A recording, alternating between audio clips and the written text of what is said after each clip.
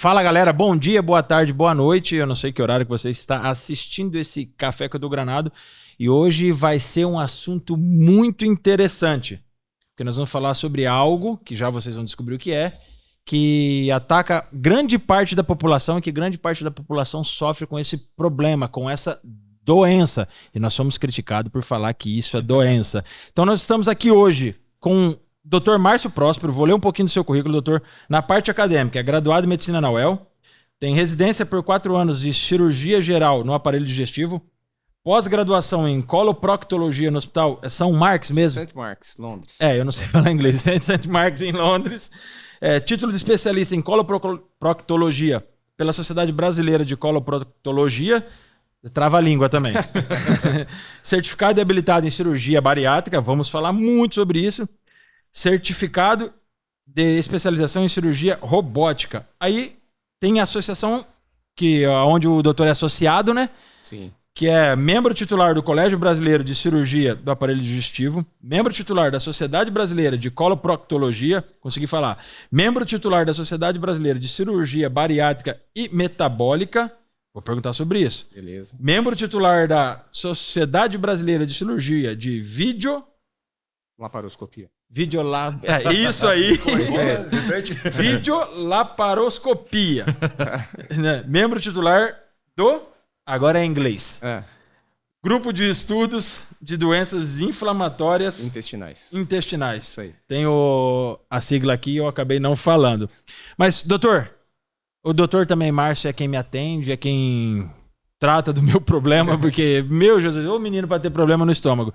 Nós estamos aqui com o doutor que vai ensinar muitos para nós sobre a cirurgia bariátrica, sobre esse detalhe da obesidade, se é ou não é doença, se é ou não é falta de vergonha na cara, é dúvida nossa e nós vamos perguntar porque talvez seja a sua dúvida. E doutor, obrigado por ter aceitado o nosso convite, obrigado por participar desse segundo episódio tratando sobre saúde, onde nós vamos falar muito sobre saúde, onde nós vamos ter psicólogo, ortopedista, nutricionista, todas as áreas da saúde para que a gente possa trazer para quem nos assiste a informação técnica, não só aquela achologia de todos nós, porque, como o doutor estava falando nos bastidores, existe muito fake news, muita cirurgia bariátrica mentira sobre o que é obesidade, sobre o que é cirurgia, sobre o que são esses danos na saúde. Sem dúvida. Obrigado mais uma vez. Fique à vontade para tomar um café, fica tranquilo. Eu que agradeço o convite de estar aqui com vocês, com o Eduardo, com o Renan, tá? E vamos estar aqui para esclarecer as dúvidas, tá? A gente que agradece, a gente realmente quis trazer alguém com um currículo desse já, para o pessoal entender qual que é a seriedade desse canal, né? Para o pessoal realmente entender que não é apenas achismos que a gente traz, e sim informação de verdade, com gente muito qualificada, um currículo desse. Porque fica uma dúvida sempre quando a gente vai falar sobre saúde, sobre obesidade, que algumas pessoas, acredito o Renan, nós tratamos a obesidade às vezes com muita radicalidade e chegamos quase a chegar num ponto de preconceito às vezes. Isso de forma inconsciente. Eu tô aqui assumindo que às vezes a gente, de forma inconsciente, acaba tendo atitudes preconceituosas sem saber. Por quê? Vivenciamos o esporte. O Renan é atleta, eu atleta. Então, talvez a gente vive um mundo diferente das pessoas que são obesas, diferente das pessoas que sofrem com obesidade e acaba tendo atitudes que para eles soam ruins. Então, eu acho também assim, que a gente vem numa época com uma taxa de obesidade menor do que hoje em dia, né? Sim. A gente de 90, 80 e pouco, 90, então assim, a taxa bem menor. Até na época era bastante bullying mesmo com as crianças, com excesso de peso na escola. Então, obviamente que essa parte de conscientização da população é bom para isso, né? Para parar o bullying, parar a zoeira com as crianças na escola e tal, que traz bastante problema psicológico e tudo. Porém, eu quero começar. Eu tô aqui com uma pergunta aqui para soltar engasgado. Na garganta. Doutor, seguinte, me responde sério. Eu falei no episódio passado, a gente só soltou um corte que a obesidade ela é uma doença. Obesidade é doença ou não? Com certeza, Renan. A obesidade, como você falou, a gente vem de um passado que a gente não encontrava tanto obeso quanto a gente encontra hoje, né? Sim. E, na verdade, os conceitos mudaram, né? Muita coisa foi estudada e a cirurgia bariátrica ela até contribuiu para esses estudos e encontrou-se que essa doença é uma doença multifatorial. Tá? Multifatorial, ela né? Multifatorial. Ela começa já com uma genética que predispõe. Certo. Lógico que o ambiente influencia ao desenvolvimento da obesidade, né? Principalmente em quem tem uma genética predisponente. Sim. Você tem alterações hormonais, e quando a gente fala alterações hormonais, no caso da obesidade, principalmente da obesidade mórbida, a gente está falando de hormônios que não se sabia muitos anos atrás que existiam, que são hormônios produzidos pelo nosso trato digestivo.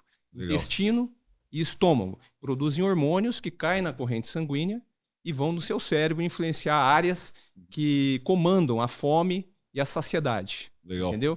E hoje, inclusive, se fala muito de alterações da microbiota intestinal. Próxima pergunta aqui sobre então, isso. assim, já tem vários estudos em animais, tá? Legal.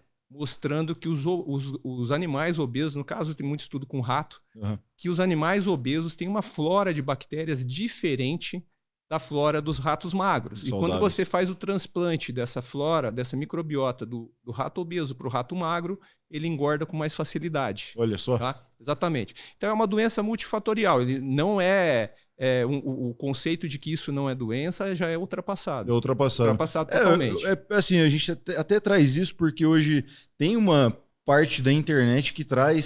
São duas perguntas numa só, né?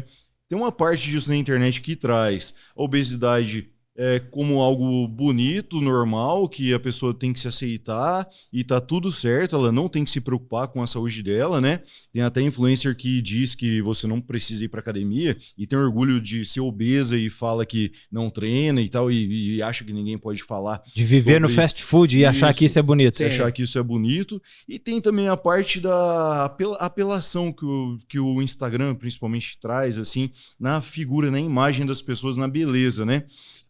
O senhor acha que isso influencia muito as redes sociais hoje? O senhor acha que influencia muito na vida das pessoas em relação a peso mesmo? Tanto para a extremidade do corpo extremamente definido, desenhado, quanto para a obesidade? Olha, eu acho que influencia mais nessa questão que você está falando, que é a área de vocês, Sim. do corpo definido aí, né? Eu acho que influencia mais nisso. Eu nem conheço a influencer que você falou aí, e nunca vi os comentários dela, né? Mas eu acredito que ela não consiga influenciar muita gente com essa proposta aí não, tá? Porque, na verdade, ela pode ser que ela tenha a obesidade dela, que ela não considera doença, não sei a idade dela, mas é muito comum a gente encontrar jovens com 20, 25 anos, até uma certa idade, só tem a obesidade grau 2 ou 3, a 3 que é considerada mórbida, né? E não apresentou ainda nenhuma comorbidade, que seria as consequências dessa obesidade. Claro, são muito jovens ainda, alguns têm, mas muitos não têm. E vão apresentar lá por volta dos 35, 40, 50 anos. E né? muitas das vezes já vem com força, né? Uma coisa que eu falo para os pacientes é o seguinte, pensa todo mundo com 80 anos, tá? Vê se você acha muitos obesos mórbidos. Não é verdade. Não acha. Verdade. Não acha, tá? Tinha o Jô Soares, né? Que inclusive fez cirurgia bariátrica, não sei se na década de 70 e 80, quando era uma cirurgia ainda rudimentar, que nem existe mais aquele tipo de cirurgia, ele acabou reganhando peso, né? Mas você não vai achar gente muito idosa. Na maioria das vezes, eles são um pouco mais magros ou têm sobrepeso, ou no máximo uma obesidade grau 1. Né? Tá? Não mas mórbido. você vai falar assim, mas por quê? Porque a maioria teve complicações, teve comorbidades, problemas cardiovasculares, diabetes, hipertensão e acabaram complicando, o que resultou numa morte mais precoce. A gente pode falar assim que é automático, né? É uma coisa que vai vir com a obesidade, são essas comorbidades, né? Não tem como a gente fugir e falar. Não. A pessoa tá com o IMC o doutor operou um menino com 58%. 56, 58 56% de gordura. De IMC. Índice de massa corpórea, praticamente quase 60. Nossa. 58, 59. Uma pessoa dessa é impossível pegar e ficar saudável com o passar do tempo. Esse rapaz que você está comentando, ele tinha de 16 para ele tinha acabado de completar 17 anos. Meu Deus. Tá? Embora ele já poderia ter, por exemplo, hipertensão, diabetes tipo 2 decorrente da obesidade. Nesse caso, ele ainda não tinha. Ele apenas tinha esteatose hepática, que é a gordura no fígado, que hoje a gente sabe que é... Gravíssima, né? Em alguns centros é a primeira causa de transplante de fígado no mundo. Tá? Esteatose hepática. Esteatose hepática. Aumenta o risco de cirrose e câncer hepático. Tá? Que é a gordura no fígado, né? Conhecida popularmente como gordura no fígado. Mas com certeza esse menino, em poucos anos, né, com esse peso e esse IMC muito alto, talvez não chegasse aos 30 anos. 30 anos, tá? né? Doutor, falando desse menino, e é uma pergunta que eu faria. o que é pior? Ou, falando dele, foi genética, foi ambiente, foi a soma dos dois? Tem como separar genética de ambiente? O que é o maior caso que chega no doutor? Nesse caso específico, eu acho que, com certeza, genética, porque os pais tinham um certo grau de obesidade, não uma obesidade extrema, que nem a dele, mas eu acho que nessa casa, sem dúvida nenhuma, o ambiente favoreceu a que esse menino chegasse nesse ponto com essa idade. Provavelmente não tinha uma alimentação balanceada ou... Com certeza nenhuma. Eu acho que assim, o primeiro episódio a gente trouxe isso e aí se encaixa muito bem nessa fala. O exemplo arrasta, né? Eu até dei um exemplo que eu tinha ido fazer um exame de sangue antes da gente gravar o primeiro episódio e eu fiz um comentário aqui sobre uma família que eu vi. Eu vi primeiro uma menina bem nova, uns 13 anos, assim, ela estava realmente com um corpo, com um peso fora do peso e tal. Ela tava bem mal cuidada, vamos dizer assim, sabe? Certo. Tipo, aí eu peguei, eu olhei, eu falei, pô, a menina tão novinha assim, já tá com um corpo assim, eu acho que ela nem sabe como que isso pode atrapalhar a vida dela, né? Aí depois chegou o pai e a mãe. Aí eu peguei, eu analisei, julguei, né? Com certeza julguei na minha cabeça. Peguei na minha cabeça e veio assim, bom, é claro que ela está assim. Vamos analisar o pai e a mãe, como é que o pai e a mãe estão. Sim. Como é que vai ser dentro da casa dessa criança? Não tem como ser diferente, né? Não. Então, é consequência ali da vida dela. Sim. O pai e a mãe é obeso, bem provável que a criança também seja, porque sim, a alimentação já não é boa dentro de casa. Existem dois motivos para. Então, em geral, o que eu observo, quando eu vou operar uma pessoa jovem, não precisa ser adolescente, pode ser um adulto jovem, obeso, os acompanhantes têm um certo grau de obesidade. Às vezes não extrema, como eu falei, sim, tipo um sobrepeso ou obesidade grau 1, mas dificilmente eu vejo pai magrinho e mãe magrinha levar um paciente super obeso lá para consulta, tá? Então, assim, evidenciando que existe realmente um certo fator genético, mas também, com certeza, o ambiente da casa, a dieta, o sedentarismo, a falta de exercício físico realmente contribuiu. Favorece muito. Sem dúvida. Tá? Doutor, você só, Eduardo, você pode ter a genética, mas se o ambiente não é favorável para desenvolver aquela doença, talvez você não desenvolva. Tá? Isso é importante saber, gente, porque é uma dúvida mesmo. Que eu fico sempre, é genética ou, usando um termo forte, falta de vergonha na cara? É genética ou falta de vergonha na cara? Eu sempre fico nessa linha tênue de entender. Porque em alguns momentos eu acho que é falta de vergonha na cara, em outros momentos é genética, mas o doutor colocou muito claro. Você pode ter a genética propícia para tudo. Sim. Mas se o ambiente não favorece, você não vai desenvolver aquilo. Você pode nascer com genes, por exemplo, para desenvolver o câncer coloretal, câncer de intestino. Não desenvolver porque você sempre fez esporte, atividade física, você sempre diminui a incidência, o esporte diminui a incidência do câncer coloretal. Você pode ter tido uma dieta super bem orientada desde criança, os pais conscientes, né? E isso favorecer que esse paciente não desenvolva a chance, ou uma dieta rica em fibras, sim, né? E não desenvolva o câncer coloretal, dieta baixa em ultraprocessados, né? Eu acho que essa parte de alimentação ainda é muito difícil para as pessoas entenderem, né? Eu acho que falta muito a parte da educação alimentar realmente. Esses dias eu estava trocando ideia com uma amiga minha, e aí a gente estava falando de dieta e tal, que eu abri uma caixinha de pergunta e mandaram assim para mim, é verdade que água com gás engorda? Aí eu respondi, falei, engorda sim, depois de você comer um lanche ou uma pizza, se você tomar água, sem dúvida ela vai engordar, né? Sem dúvida. Aí ela pegou e falou assim, eu entendi a sua ironia no final, mas não teve gente que acreditou? Eu falei, teve. Eu até tive que gravar uma outra caixinha de pergunta para pegar e falar que era mentira, né? Que tinha uma ironia e tal. Daí ela falou assim, cara, quando alguém vem falar para mim de dieta, as pessoas não sabem nem o que é um carboidrato. Muitas das vezes, se você fala assim, proteína, arroz, tipo feijão, a pessoa fica perdida, então ela não sabe nem o que é comer. Falta então também uma educação para as famílias, para as pessoas entenderem sobre a alimentação, né? Porque a maioria das doenças hoje são ligadas à alimentação e à prática de atividade física, né? Sim. Eu acho que não sei se é muito difícil de entender, porque para mim é claro que você é espelho daquilo que você come, né? Então você come fast food, comida processada, não tem como você ter uma saúde boa, né? Não tem como isso trazer benefícios para a sua saúde. E até trouxe essa pergunta aqui, o senhor já respondeu, mas é a relação entre dieta e performance. A genética desempenha um papel fundamental ou é a ambiência mesmo? Não, eu acho que a genética desempenha um papel fundamental. Vocês que trabalham com esporte, com estética corporal, essas coisas, vocês sabem disso, que ninguém chega lá no Mr. Olímpia se não tiver uma genética. Não, não é né? impossível. Não, o cara, Só com o cara pode querer muito, mas se a genética não favorecer, ele não vai longe. Não vai.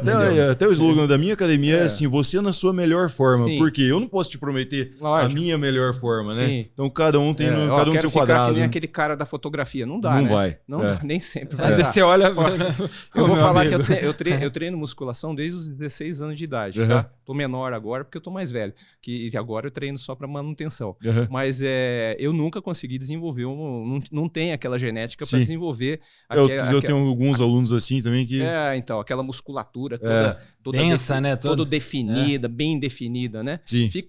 Eu lembro que quando era mais novo, fiquei até forte e tal, mas não era aquela coisa. Não vai. Não vai, né? Não vai. É a questão genética exatamente, mesmo. Doutor, exatamente. uma dúvida tá surgindo aqui, do tudo que o doutor tá falando, que eu vou fazer uma teia de aranha aqui para... Às vezes surgem algumas dúvidas. O doutor tá falando em obesidade grau 1, grau 2 e grau 3. Perfeito. Pensando que hoje nós somamos a obesidade pelo MC, né? De uma forma mais rasa, vamos pensar assim. Nós calculamos pelo MC, eu acho que depois quando senta lá no seu consultório, aí tem os outros estudos, outros exames que nós vamos definir se é obesidade ou não. Pensando em MC, para ficar de forma talvez simples, ou se o doutor quiser falar o que é cada obesidade, tecnicamente mesmo, pode falar, que nós estamos abertos a tudo, o que seria obesidade grau 1, grau 2 e grau 3. É que é usado, essa definição é muito teórica. Né? Então, assim, por exemplo, para você fazer uma cirurgia bariátrica, você precisa estar acima de um determinado índice de massa corpórea. Sim. Tá? Então, então classificou-se, a obesidade é classificada você tem o magro, que é abaixo de 25, né, o IMC, quando você calcula peso sobre a altura ao quadrado, o sobrepeso, que é de 25 a 30, o obeso grau 1, que é de 30 a 35, o grau 2 de 35 a 40 e o grau 3, que é acima de 35. Ainda tem duas categorias a mais aí, quando o IMC acima de 50 a gente chama de super obeso, e acima de 60 o super obeso. Não conhecia. Eu também não conhecia essas definições. Nos Estados Unidos é mais comum.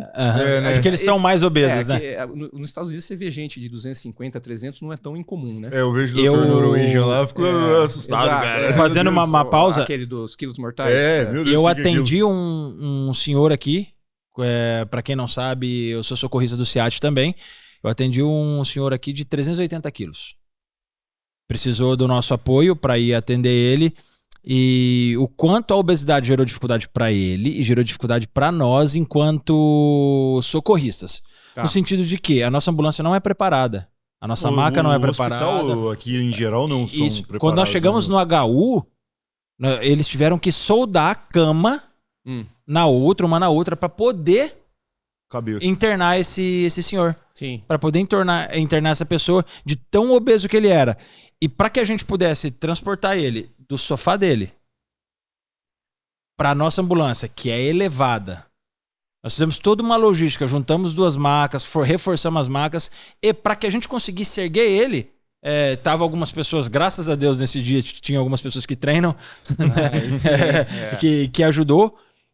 Em mim nós amarramos uma fita para que eu erguesse não com a força dos meus braços, mas com a força das minhas pernas. Para que a gente fizesse como se fosse uma alavanca total travando nas minhas costas. Eu agachei e fui subindo junto com mais dois, um em cada ponta, para que a gente conseguisse erguer ele. E segundo o que relataram, isso aí é segundo, né? Não posso afirmar. Ele vivia no torresmo, vivia numa alimentação completamente desregrada, tanto é que, infelizmente, uma semana após esse atendimento nosso, ele veio a falecer. Aí, por complicações. Então, esse 380 quilos, ele se encaixaria em quê? Em um super obeso? Super obeso. 380? 380 quilos. É raro ver isso aqui no não, ele não cabia nessa mesa, deitado. Você tá me lembrando, eu já trabalhei nessas ambulâncias Sim. Eu trabalhei no SAMU no começo da ambulância do SOS Unimed. E aí eu tô lembrando que eu fui atender um paciente muito obeso, com parada cardiorrespiratória, num prédio bem antigo aqui da cidade, ali perto do calçadão. era no 10º andar. Elevador pequeno. Nós chegamos lá, elevador, nossa, não cabe. Ainda mais as macas também, não cabe. Não cabe nada. A maca cabia, né? Não cabe nada. Cabe nada. Né? E esse paciente, a gente conseguiu reanimar ele dentro do apartamento, tá? Foi já uma vitória enorme. E aí, para descer esse cara?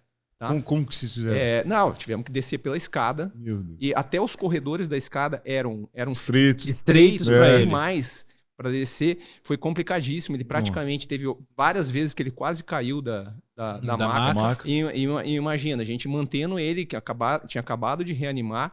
Muito difícil de chegar lá embaixo ainda vivo, mas chegou na ambulância vivo. Mas assim, ele não chegou no hospital vivo, mas chegou no... Mas assim, isso atrapalhou. Sim, porque todo esse percurso, né, toda a dificuldade que teve. Se tivesse tido... Nós demoramos muito para descer. Eu imagino. Muito, porque para fazer todo o trabalho a gente sabe. Em 3, eram 3 só, né? Meu Deus. O médico e o motorista e o socorrista. Ainda bem que, às vezes, não desprezando, mas às vezes tem pessoas mais fracas dentro do... outra coisa, a gente cansava. Nós tínhamos que parar, porque não tá aguentando o braço carregar. Até porque assim, é desajeitado, a gente sabe que o pega da maca ali não é um halter, né? Não é nada que é fácil tem jeito de pegar e tal. Não tem essa facilidade, né? Sim. Eu acho que é isso que as pessoas às vezes não confundem, até falam assim, mas você não treina, você não aguenta pegar lá? eu aguento pegar o peso que é feito pra pegar, né? Não um peso que é completamente né, móvel ali. Doutor, assim, falando sobre É que você tinha perguntado do IMC, não sei se você quer continuar. Não, pode continuar. Depois eu faço a outra, que veio outra pergunta. Com relação ao IMC, por exemplo, quem vai fazer uma cirurgia bariátrica, a primeira coisa que você tem que apresentar para o plano de saúde, ou seja pelo SUS ou particular, você tem que ter um paciente com IMC adequado para a cirurgia. Não é qualquer paciente que vai operar. Por isso, um monte de gente resolve engordar mais para... Existe. Quando você chega lá, uma paciente, ela tá louca para fazer a cirurgia bariátrica, ela tem lá um IMC de 32, não tem nenhuma comorbidade, impossível. Você não vai poder, porque é proibido por lei você fazer cirurgia nessa paciente, sem comorbidade, com IMC, um IMC 32, que é obesidade grau 1. Tá? Então, na verdade, tem que ter tem uma lei. Queira alguns discordarem ou não que essa lei é antiquada, mas existe essa lei e a gente tem que cumprir. Tá? O plano de saúde, com certeza, vai fazer uma auditoria, não vai liberar para isso mesmo que o médico queira. Tá? Então, tem essa divisão do IMC. O IMC não é uma coisa ideal. A gente sabe, por exemplo, pessoas musculosas não funciona. O IMC não bate nada. Eu tenho obesidade de 2. Não sei se vocês lembram. O meu dá sobrepeso. Da época de vocês, o Mike Tyson. Sim. Tá. Mike Tyson disse que tinha, que é aquele lutador, né? Disse que tinha MC de 43, né? Nossa, caramba. Musculoso, era 43. Então, se você não soubesse, eu ia falar, esse cara é obeso mórbido. E o cara não tinha nem, sei lá, 5% de gordura. Não tem nas pele e músculo só, né? Então, o IMC serve para analisar a obesidade. Se for uma pessoa muito musculosa, você já perde o valor do IMC. Teria que ir para outra avaliação, né? Percentual de gordura, né? Impedância, essas coisas todas aí, né? Entendeu? E doutor, a gente falando sobre IMC, eu ia fazer essa pergunta sobre as pessoas que engordam, que querem engordar, e eu acredito que devem chegar pessoas assim no seu consultório. E antes de fazer a pergunta que eu ia fazer também, relacionando ainda as doenças que a obesidade traz, mas quando chega uma pessoa que o IMC 32, obesidade grau 1, você vê que ele é gordinho, que é fora do comum, vamos pensar assim. Qual a orientação que o doutor dá para essa pessoa? Por exemplo, cheguei lá com o IMC 32, doutor, eu quero fazer a cirurgia, eu preciso fazer a cirurgia. Qual que é a orientação, qual que é os exames, o que o doutor pede para fazer? Não, na verdade, a gente não indica cirurgia, tá? A gente indica... porque ela é bem agressiva, né? Não, sim, mas essa pessoa ainda tem como voltar a um IMC normal ou um sobrepeso com outras medidas. Deixa eu puxar um gancho rapidão. Existe um ponto onde a pessoa não consegue mais emagrecer sozinha? Tem que ser cirurgia e pronto. Tem que ser cirurgia. Tipo assim, não que ela nunca mais vai conseguir emagrecer. O que a gente vê nos estudos, nas evidências científicas, é que o tratamento clínico de obesos mórbidos, principalmente IMC acima de 40, é muito difícil esse paciente conseguir emagrecer com outras formas de tratamento sem ser a cirurgia. Legal. Seja medicamentoso, seja atividade física, seja dieta. Às vezes eles conseguem até emagrecer um pouco, mas voltam facilmente, ou seja, mais de 95% desses pacientes vão voltar a reganhar peso. Então, essas medidas a longo prazo não são eficazes. Claro que você vai sempre conhecer 1 em 1 milhão que o cara virou completamente a rotina, virou um maratonista, um corredor, um triatleta e acabou chegando num peso de magro sozinho. Tipo, né? Não sozinho. Um exemplo, não assim, sozinho. né? Fora da curva, né?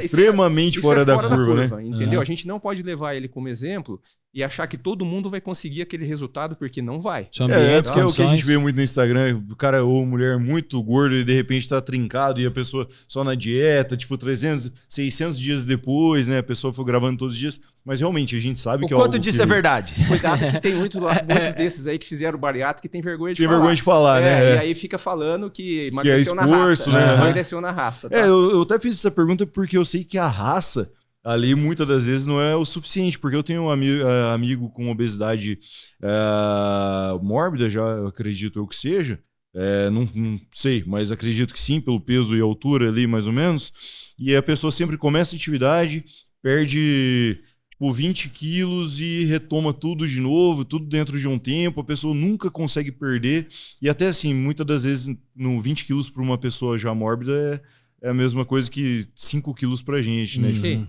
Bem dependendo do grau da obesidade, sem dúvida. Então você nem vê essa variação de peso entre... 20 quilos, por exemplo, é uma porcentagem pequena para perder numa bariátrica. Geralmente os pacientes perdem mais. Bem mais que isso, né? Costumam perder. Eu, trazendo o gancho do que ele falou, eu vou fazer uma pergunta sobre o que o doutor tem aqui no currículo também, que é a cirurgia metabólica, né? Tá. O quanto disso, o quanto atrapalha na cirurgia a parte psicológica e a parte metabólica. Vou trazer pra mim. Eu fui na consulta com o doutor, minha vitamina D e minha vitamina B12 estava baixa e eu estava meio depressão por causa disso. Tive que fazer de forma injetável a vitamina D e a vitamina B12 e parece que é uma coisa dos deuses, né? Você aplica, né? Você fica, meu Deus, estou bem demais. O quanto... Isso porque você se alimenta bem, né? Exatamente. Com deficiência, né? Exatamente. Treino. Um obeso que só come coisa fast food, né? Que é cliente do iFood e só come ultraprocessados e imagina como é que tá a vitamina desses pacientes. O quanto disso influencia? O quanto a minha parte metabólica vai influenciar diretamente na minha obesidade? Porque nós vamos trazer uma psicóloga depois, porque nós vamos perguntar o quanto a parte psicológica influencia na obesidade. Tanto é que ela falou que nós dois somos gordofóbicos. Ela falou, ela deu uma zoada na gente. Deu uma enchida de saco na gente. Nós vamos trazer ela para ela explicar a parte psicológica, clínica mesmo, a parte clínica que a gente não entende. Muito do que a gente faz é muito do que a gente vive e estuda, mas não tão a fundo quanto o doutor, quanto um psicólogo. Então, quanto a parte... Aí o doutor pode falar do que é cirurgia metabólica pra gente também. O quanto a parte metabólica de tudo aquilo que eu ingiro me gera uma depressão, literalmente uma depressão, porque às vezes a depressão ela é muito mais metabólica do que psicológica, né? Sim. Então, o quanto isso atrapalha em todo o tratamento? Você pode ter muitas pessoas que o pessoal rotula como deprimida e, na verdade, se você analisar, se você pegar muitos pacientes em consultório de psiquiatria e fizer e não sei se os psiquiatras fazem isso, né? Mas fizer um perfil de exames laboratoriais, medindo vitaminas, proteínas, etc., você vai ver que muitos pacientes desses têm alguma desnutrição específica. Por exemplo, tá faltando vitamina B12. O cara tem uma depressão e não sabe. Todo mundo fica dando remédio antidepressivo. E, na verdade, é um fator nutricional que ele tem que corrigir, né? Tá?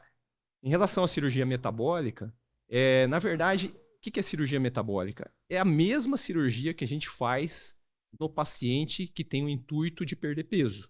Porém, a gente não faz... O objetivo principal dessa cirurgia não é perder peso, e sim é a resolução de comorbidades causadas pela obesidade. Então, por exemplo, essa cirurgia, só para deixar claro aqui, a cirurgia bariátrica, ela tem o potencial de melhorar ou até causar remissão de algumas comorbidades, como diabetes tá? Que legal. E hipertensão. Tá? Então, 80% dos diabéticos, por exemplo, que fazem um bypass, eles vão...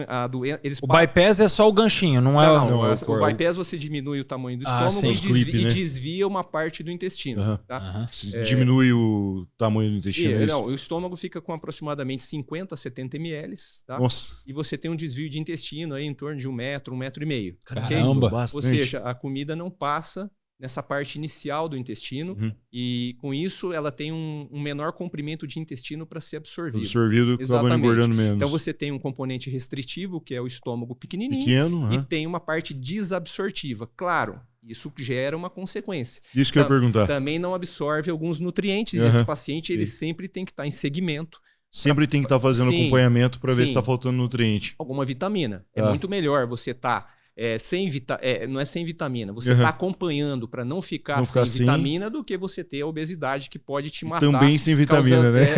Também sem vitamina. Esse que é o detalhe, né? Exatamente. Né? Porque obesidade não é sinal de boa nutrição. Pelo contrário, a maioria dos pacientes obesos tem algum grau de desnutrição específica. Não é aquilo que a avó falava, né? Ó, que menino forte. Até porque ninguém fica... Tipo assim, tão gordo com arroz, feijão e carne e salada, acho que tem né? que desmistificar esse negócio de bebê gordinho, bebê bonito, né? Daí tem que acabar com isso, né? Que é uma coisa antiga isso aí, né? Aí a gente volta naquela do ambiente, né? Sim. Isso acaba levando a esse bebê gordinho lindo a ser o menino que vai sofrer bullying, a ser o menino que com 17 anos provavelmente terá que entrar para uma cirurgia dessa que é extremamente agressiva. Eu, na minha família, na família da minha esposa, tem 2 pessoas que fizeram a cirurgia. Uma é a tia dela, mas não mudou nada. A cabeça continua a anterior. Eu vou te falar depois sobre da obesidade. Peso. Por que você ganha? Até uma pergunta que aí eu vou falar do menino ele até vai ver, não vou citar seu nome, mas você vai saber que é você. Né? Ele parece que ficou mais resistente ao álcool. Depois que ele fez. Isso é uma pergunta minha também. Bebe que absurdamente. Doutor, e eu ouvi, não sei se é fake, que o bariátrico ele se torna mais resistente ao álcool e por isso ele acaba bebendo muito mais, deixando de comer, acaba engordando de novo por causa disso. Tem alguma relação? Eu vi também, eu vi com algumas pessoas que eu conheço que fizeram redução. Não sei se tem alguma ligação clínica, algum estudo em relação a isso, mas tem um aumento do alcoolismo. Tem a chance de ter um aumento do índice de alcoolismo após a cirurgia? Eu vou te explicar. Vou explicar.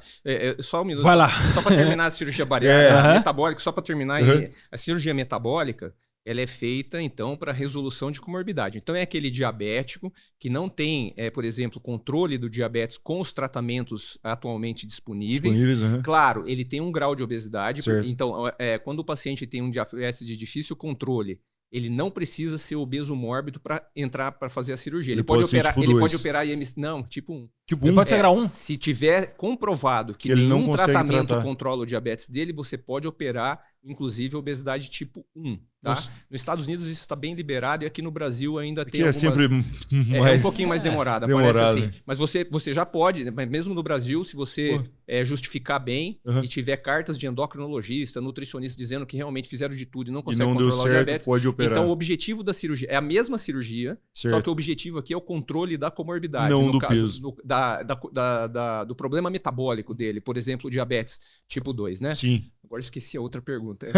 Só lembrar que eu... Outra pergunta do alcoolismo. Eu vou dar minha opinião sobre isso. Na verdade, falam-se muito que aumenta a taxa de alcoolismo pós-bariátrica, mas eu, na verdade, o que eu vejo com meus pacientes é o seguinte, eles acabam, se eles não acompanham direito, eles acabam trocando.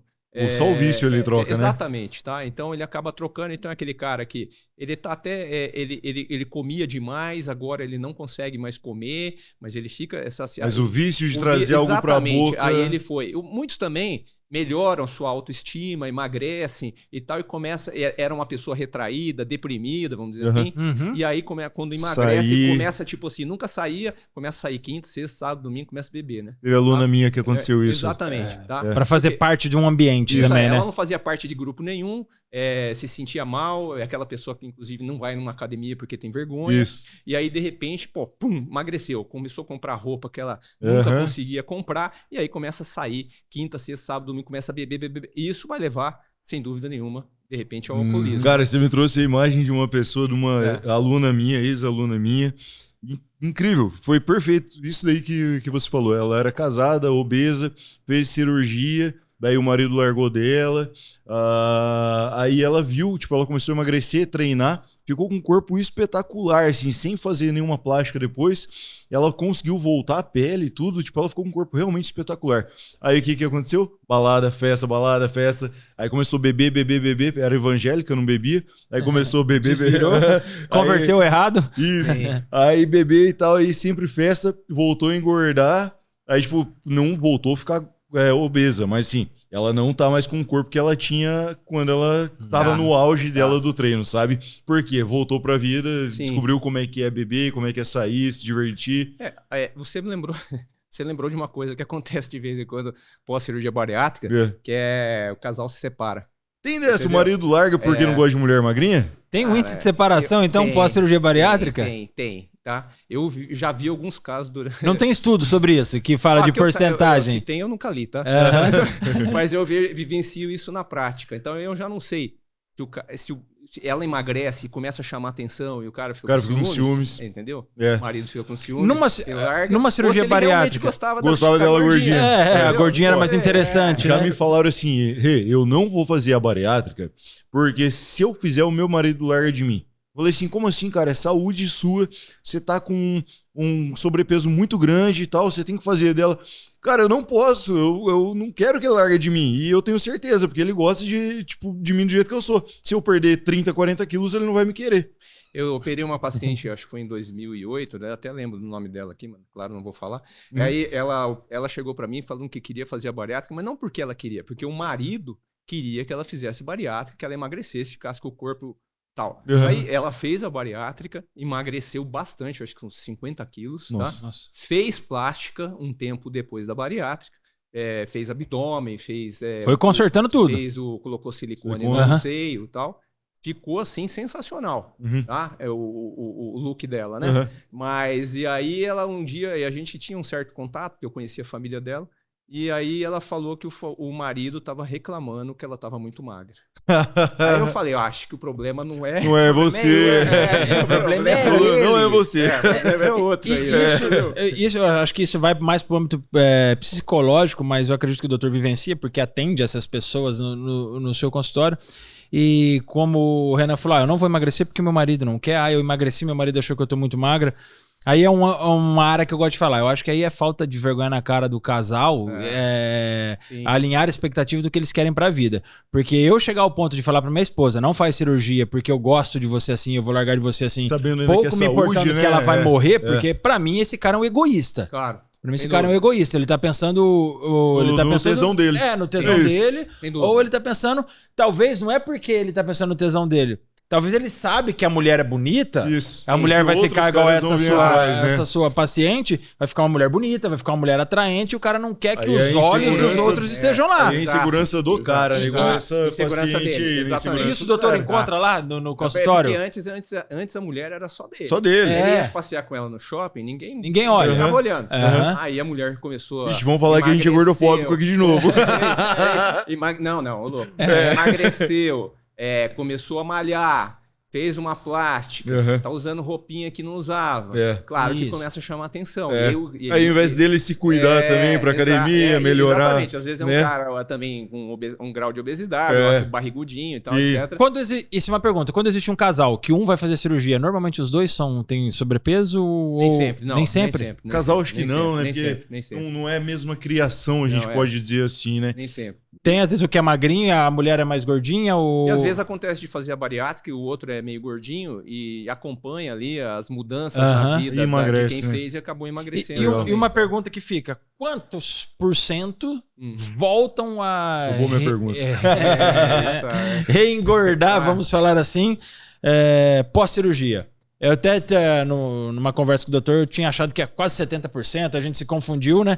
Mas quantos % voltam mesmo? Isso estudo comprovado lá, artigos científicos escritos. Depois vamos voltar no assunto que parece que você falou aí, uma cirurgia super agressiva, depois vamos comentar vamos isso. Sim. Mas a taxa de reganho de peso... Então, assim, se é uma coisa que eu já falei aqui, eu acho que tem evidência científica e já tem muitos anos, e a evidência científica ela se estabelece ao longo de muitos anos de estudo, tá? Então, por exemplo, não é qualquer remédio que você estudei esse ano e acabou, o ano né? que vem... comprovado, tá tudo certo, né? Tipo, vacina do Covid. Vai demorar muitos anos pra gente saber se isso vai dar certo ou não vai dar uma sequela. Ou se deu ruim mesmo. Ou se deu ruim. Então, a cirurgia bariátrica tem todas as evidências científicas e a gente sabe mais ou menos já estatisticamente a taxa de reganho de peso. E quando eu falo reganho de peso, não é reganho total. Às vezes perdeu 50 quilos e reganhou uns 20, vamos dizer assim. Sim. Tá? Metade, basicamente. Tá melhor do que antes, Sim, tá? Certo? mas... Sem dúvida. Mas a taxa é em torno de 20 a 30%. Tá? 20 a 30% de reganho. É que vocês, às vezes, o que acontece com os pacientes? Às vezes ele pergunta, mas eu conheço fulano que engordou tudo de novo. Tudo bem, você conhece um fulano que engordou tudo de novo. Eu conheço 1000 que operaram e sei mais ou menos a porcentagem dos que reganharam. Tá? É porque as pessoas elas levam em consideração só uma coisa que eles veem, não veem uma estatística geral, mas é em torno de 30% dos pacientes. Isso é legal falar porque eu trago pra gente que nós estamos de fora. Uma coisa é falar, o doutor vir perguntar pra gente como que faz pra treinar, melhorar o resultado, que é o que a gente vivencia, que nós estamos dentro. Uma coisa é a gente falar sobre, olha lá, engordou tudo de novo, olha lá, falta de vergonha na cara, olha lá, e a gente não sabe o outro lado, que é o que passa pelo doutor. Pô, eu sei que uma cirurgia bariátrica, ela não envolve somente a sua cirurgia, né?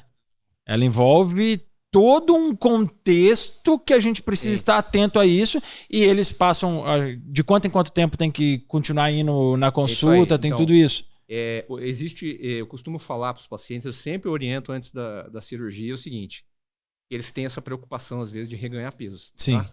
Então tem um perfil específico desse paciente que eu consigo identificar lá no consultório, que são os reganhadores de peso. Basicamente o que é?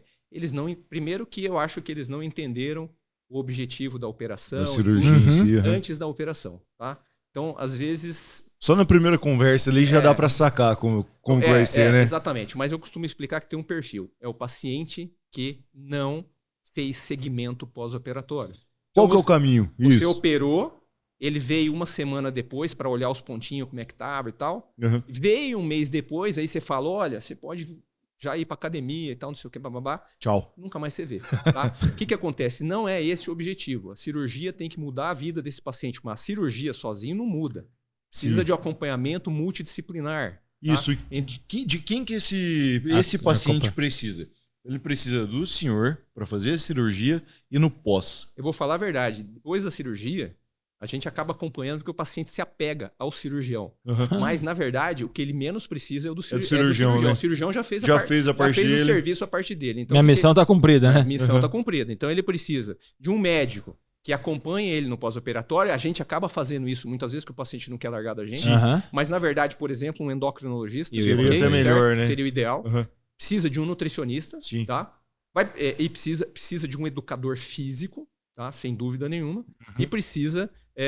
a maioria dos pacientes também a parte psicológica precisa ser acompanhada, né? Ou com psicólogo, ou com psiquiatra, tá? Dependendo do caso. Tá? Então ele tem que ter esse segmento para ele mudar completamente a rotina, os hábitos de vida dele. Porque senão ele vai voltar na mesma, né? Sim. Ele não tem ninguém sai tipo, eu fiz cirurgia, a partir de agora eu sei comer saudável, por exemplo. Depois da operação, com o cirurgião, que poderia ser um endocrinologista também, a gente pede para voltar no primeiro ano a cada 3, 4 meses. É quando você vai observar o que ele perdeu de peso, se está dentro da média, examinar esse paciente, pedir exames laboratoriais, ver como é que tá as vitaminas, os nutrientes, para poder, se tiver caindo, você já suplementa, não vai deixar o paciente ficar anêmico para poder suplementar ferro, B12 e ácido fólico. Você percebeu que já está caindo, você começa a suplementar. Tá? Até esses tempos atrás eu estava vendo um estudo sobre isso. Antigamente, não sei certo como é que é ainda, mas os médicos tinham mania de deixar sair do parâmetro para depois começar a tratar, né? Não. Tipo, agora não, né? Tá caindo as taxas. Isso. Os médicos já estão trabalhando com a suplementação para voltar as taxas no nível mais alto, né? Exatamente. Então, nesse primeiro ano, o que acontece? A gente acompanha um pouco mais frequente a cada 3, 4 meses. Por quê? Cara, a pessoa está se adaptando a uma dieta nova. Tudo bem difícil para ela ali, né? Está se adaptando à atividade física. A dieta no começo é bem restritiva, principalmente no primeiro mês, nas primeiras 2, 3 semanas. É bem restritiva. Então, você acompanha de perto. Depois do primeiro ano, o paciente chegou lá no objetivo e a gente pede para ele vir basicamente uma vez por ano. Então, é quando a gente vai dar uma uma olhada no look do paciente, falei, Ih, rapaz, você ganhou 5 quilos. Vamos voltar aí para o acompanhamento multidisciplinar, volta para o educador físico, porque às vezes eles largam, né? A maioria larga. Educador físico, larga, tá? eu posso falar, porque eu sei, educador físico é o primeiro que eles largam. E vou te falar uma coisa. E reclamam do preço, hein? E esse tipo de paciente, né, que é o pós-bariátrica, na minha opinião, todos eles, quando vão para academia, porque depois eles vão para academia, né, eles deviam ter personal trainer. Sim, tá? Com certeza. Deveria pagar um valor agregado maior para que fosse acompanhado. Esse paciente precisa de personal trainer. Precisa. Cara, eu vou contar de uma amiga minha, uma amigona, assim, de anos, engordou para fazer a cirurgia, fez a cirurgia, foi para academia. Primeiro dia de academia, ela foi fazer agachamento livre, sem peso, só com o peso do corpo dela. Ela caiu no chão. Sim. Ela falou assim, Renan, eu não quero mais voltar na academia porque eu tô morrendo de vergonha que eu não conseguia agachar sozinha. Minhas pernas amoleceram, eu caí, eu não conseguia levantar, cara. Eu falei assim, é lógico. Quanto tempo que você ficou sem fazer nenhuma atividade física? Ela falou, nunca fiz. Você engordou para poder... Maioria sedentário. A maioria é sedentário. Aí, tipo, você engordou para poder operar. Operou, ela perdeu muito peso, ela ficou, tipo, super magra. Eu falei assim, cadê tua massa muscular? Você acha que o que vai parar esses ossinhos de pé? Sim. Não tem, cara, é massa muscular. Sim. Aí, como é que você não quer cair? Você quer ficar em pé? Ela tava quanto tempo de bariátrica? Ela tava, tinha 45 dias, eu acho. Ah, não. Então, ela tá numa fase... Agora já tem um ano já. Então, esse paciente pós-bariátrico, ele tá perdendo peso, ok? Ele tá perdendo massa muscular também. Sim. Não é só gordura. É isso que as pessoas não entendem, né? Não. A gordura ela não vai embora sozinha, né? A gente tem a depredação muscular também, né? Ele vai perder massa muscular, aí que desempenha um papel importante o educador físico, em tentar fazer exercícios. Vocês vão saber mais que eu, mas de repente exercício de força, tá? Para poder manter essa massa muscular, e aí a suplementação. Esse paciente tem que ter suplementação, porque não adianta você fazer exercício não suplementar. Você vai perder mais massa muscular ainda, né? Proteica muscular lá, etc. Então vai perder mais massa muscular. Quais seriam as suplementações? Acho que o doutor pode falar isso, não sei se é de sua especialidade também, que obrigatoriamente ele deveria usar. O que eu devo usar como suplementação pós uma cirurgia bariátrica, porque, como o doutor falou, algumas você tem dificuldade de absorção de algumas proteínas, de algumas vitaminas, porque faz um desvio, você está fazendo um procedimento invasivo para curar uma doença, mas que pode gerar o colateral daquela cirurgia. Então, quais são os tipos de suplementos que, obrigatoriamente, eu pós-bariátrica, depois de um determinado tempo, ou imediatamente após a cirurgia, eu devo fazer pelo resto da vida? Tá. Então, assim, só lembrar que não é só pós-bariátrico que toma suplemento. Sim, tá? sim. Eu tomo um monte de suplemento. Eu tomo vários também. Eu tive que tomar. Então, assim, a pessoa fala, mas eu vou fazer bariátrico, vou ficar tomando um monte de suplemento, vitamina. Eu nem fiz e tomo. Entendeu? Então, assim... lembrar que esse paciente, logo no começo, ele tá com dieta líquida. Primeira semana, praticamente é água, chá, gelatina e água de coco. Nossa senhora. Ou caldo coado, que não tem... É água, tá? Praticamente, tá? Porque melhor tomar água você só. tem que esperar um tempo de cicatrização para reintroduzir essa alimentação normal. Não é que a gente quer judiar do paciente e fazer... É o que tem que ser, né? A força na raça. O mês que ele emagrece mais é o primeiro mês. Tá? Sem comer, coitado. Ele perde 10 a 15% do peso no primeiro mês. Tá? Esse é mais ou menos a meta, tá? E ele consegue perder. Mas por que você dá essa dieta? Não é, porque você tem que esperar cicatrizar. Tá tudo queimado, porque né? Se você encher o estômago ou pôr comida sólida, você pode ter uma complicação grave. Tá? Aí sim, tá? Que são as fístulas, né? Que a gente pode até comentar depois se tiver tempo. Então, esse paciente está com um déficit calórico importante, tá? Déficit de nutriente. Então, você precisa suplementar. Então, você já desde o começo, você tem que entrar com suplemento de vitamina. Eu acho que o bariátrico tem que tomar suplemento de vitamina para sempre. Sim, para sempre. Ok? Ai, meu Deus. Ué, você não toma? Não toma? Sim. Acabou. Por que não pode tomar? Se o pessoal soubesse, eu acho que a importância que as vitaminas têm pra gente, né? Isso é uma forma de preconceito contra a cirurgia bariátrica, tá? Vai tomar vitamina, todo mundo tem que tomar um monte de vitamina. Eu até falei pra enfermeira lá da clínica do doutor que por mim eu tomava B12 toda semana. Cara, não é muito. Não, você ficou uma beleza, meu. Você se sente lá em cima. Meu Deus, que negócio bom. Mas eu encorajo, tá? Pra terminar. Sim, no primeiro mês, quem suplementa normalmente é nutricionista. Tá? Eu vou dar minha opinião aqui como cirurgião, mas o que eu vejo. Elas dão algum suplemento hipercalórico, tá? Hiperproteico, desculpa. Hiperproteico. Tá? E também com um pouco de caloria, não só hiperproteico. E depois do primeiro mês, o paciente está liberado para a maior parte das atividades físicas, principalmente na cirurgia por videolaparoscopia ou robótica. não cirurgia aberta. Sim. Tá? Cirurgia aberta quando você faz aquele Corta, né? corte Sim, na corta barriga. mesmo. Aí, Ainda existe essa cirurgia? existe pelo SUS, né? No SUS é tudo aberto. SUS tudo aberto. Meu Jesus. Acho que raros lugares Pelo do SOS Brasil. também, viu? Ou você paga o vídeo. Eu pago o plano, graças a Deus. Você paga o vídeo ou os caras te abrem E inteiro. tem um maior índice de complicações. É aí que a gente, às vezes... É muito vê. mais agressivo, né? Aí sim, muito mais agressivo. É o diferente da cirurgia videolaparoscópica ou robótica. É nessa parte que eu queria chegar. O pessoal chega no consultório muitas das vezes com medo, né? Sim. Tipo, falaram que é super agressivo. Será que eu saio da mesa de cirurgia?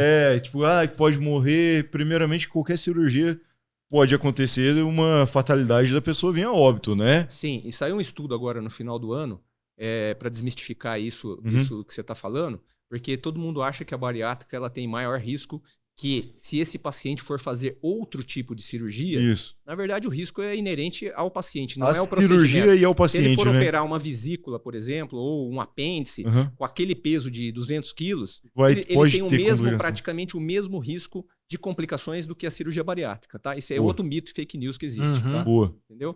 Tá? Legal. Mas você ia perguntar alguma coisa do vídeo? Não, eu ia perguntar mesmo no consultório, assim, quais são as maiores perguntas que tem em relação à cirurgia para fazer? Qual que é o maior medo das pessoas em fazer a cirurgia? Não, o maior medo é morrer. É morrer mesmo. Morrer, tá? Por conta de coisas que já ouviram Uma coisa no passado, que tem né? que desmistificar, assim, morrer durante a operação, pode esquecer. Nunca na mão do doutor? Nunca. Não, Graças a Deus, Nunca tive né? óbito de paciente de cirurgia bariátrica. Aí, nunca. pessoal, tá com medo? Doutor aqui.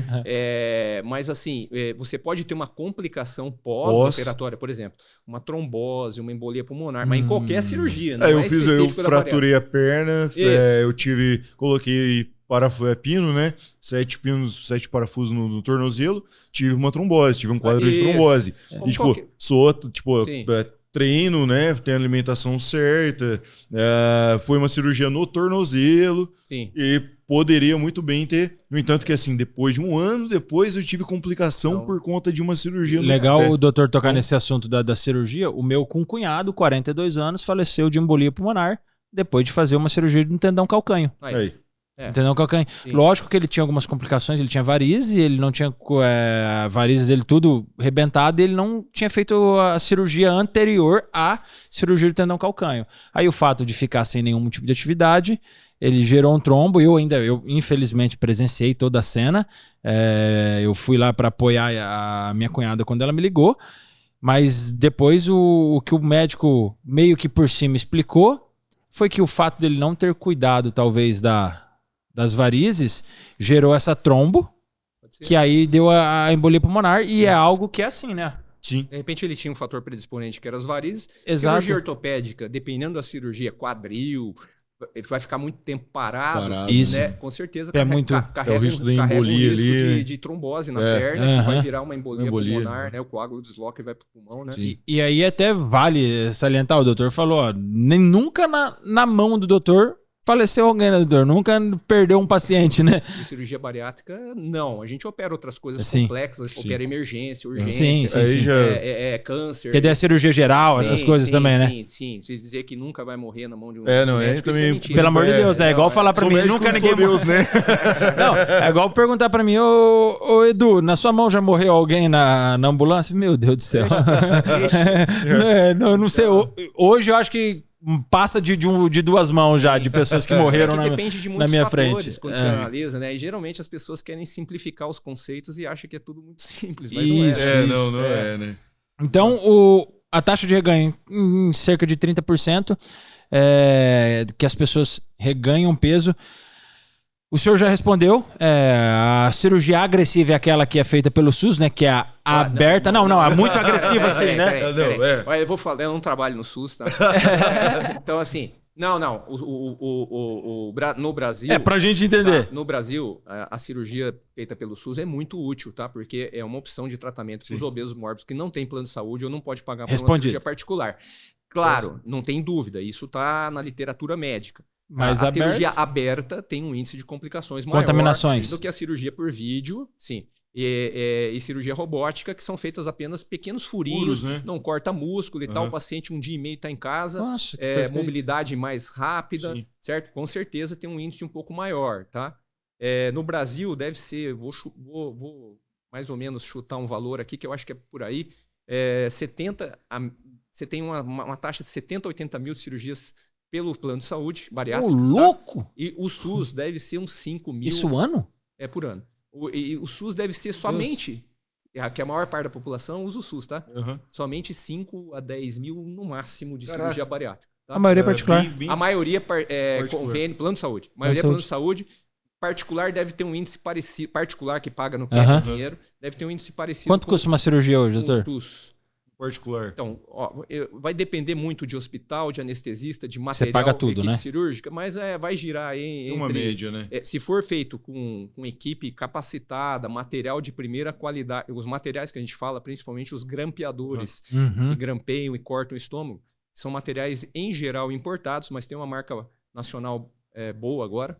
Mas você vai gastar aí entre 25 mil, 40 mil. Achei que era mais caro. Vai dependendo do caso, tá? Achei que era mais caro. Se você tiver uma cirurgia muito barata, é de se estranhar. Alguma arriscado, coisa né? tá diferente aí, o material. Acho que até porque, em média, quase toda cirurgia vai gerar em torno dos 20 mil, né? Eu acho que essa é uma preocupação que os pacientes não têm, mas é importante, né? Quando ele vai fazer uma cirurgia bariátrica, ele tem que checar se esse médico tem habilitação em cirurgia bariátrica, tá? Porque no Brasil o médico pode fazer qualquer coisa que ele quiser, tá? Ele é médico, pronto, acabou, né? Se complicar, o problema é dele, porque ele pode ser excluído e tudo, né? Processado por imperícia, né? Porque ele não é perito. Mas, de qualquer forma, pode fazer. Mas é bom checar se a equipe é habilitada, se está associado ou se é titular da Sociedade Brasileira de Cirurgia Bariátrica, se tem o certificado de habilitação registrado no CRM, que material que o doutor vai usar, os pacientes não se preocupam com isso, né? Tá? Então, se o cara usar um material de péssima qualidade, nem vai saber, né? Então, hospital, checar antes o hospital, como é que é, né? Sim. Então, assim, e às vezes, por causa de R$1.000, R$2.000, R$3.000, você escolhe uma coisa pior. E acaba correndo riscos posteriores ou até mesmo no momento, né? Você está colocando sua própria vida em risco, né, cara? Porque quando acontece uma complicação, por exemplo, você pode ter uma falha de material também, claro que pode. Sim, tá? Não é só a falha do cirurgião. Sim. Entendeu? O material porcaria, cirurgia porcaria, né? Exato, vamos pensar assim, às vezes não é nem a falta de capacidade do cirurgião, mas vamos pensar, o hospital te ofereceu aquilo, a pessoa que quis, por exemplo, o cara contratou o doutor faz com material porcaria ou não? O doutor exigiria que o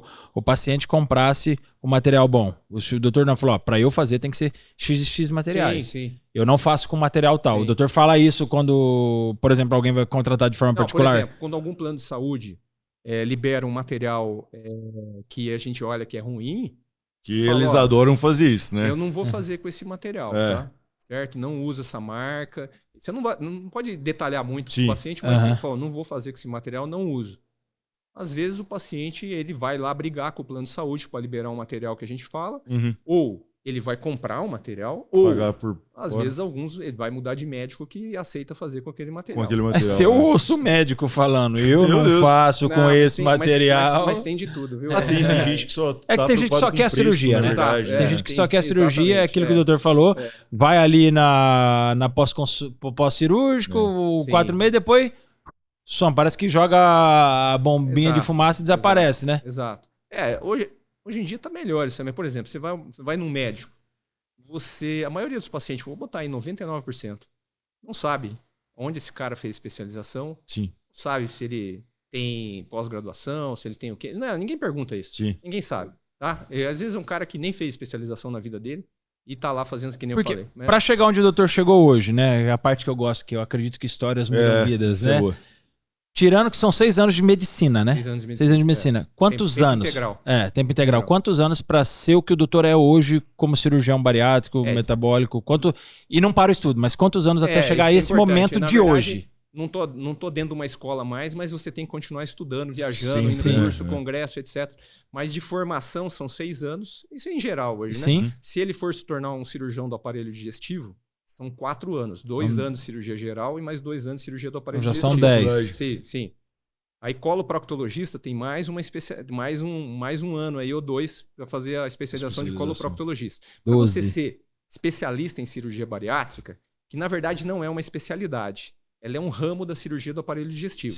Mas existe um certificado de habilitação em cirurgia bariátrica que é fornecido pela Sociedade Brasileira de Cirurgia Bariátrica, Colégio Brasileiro de Cirurgia ou Colégio Brasileiro de Cirurgia Digestiva.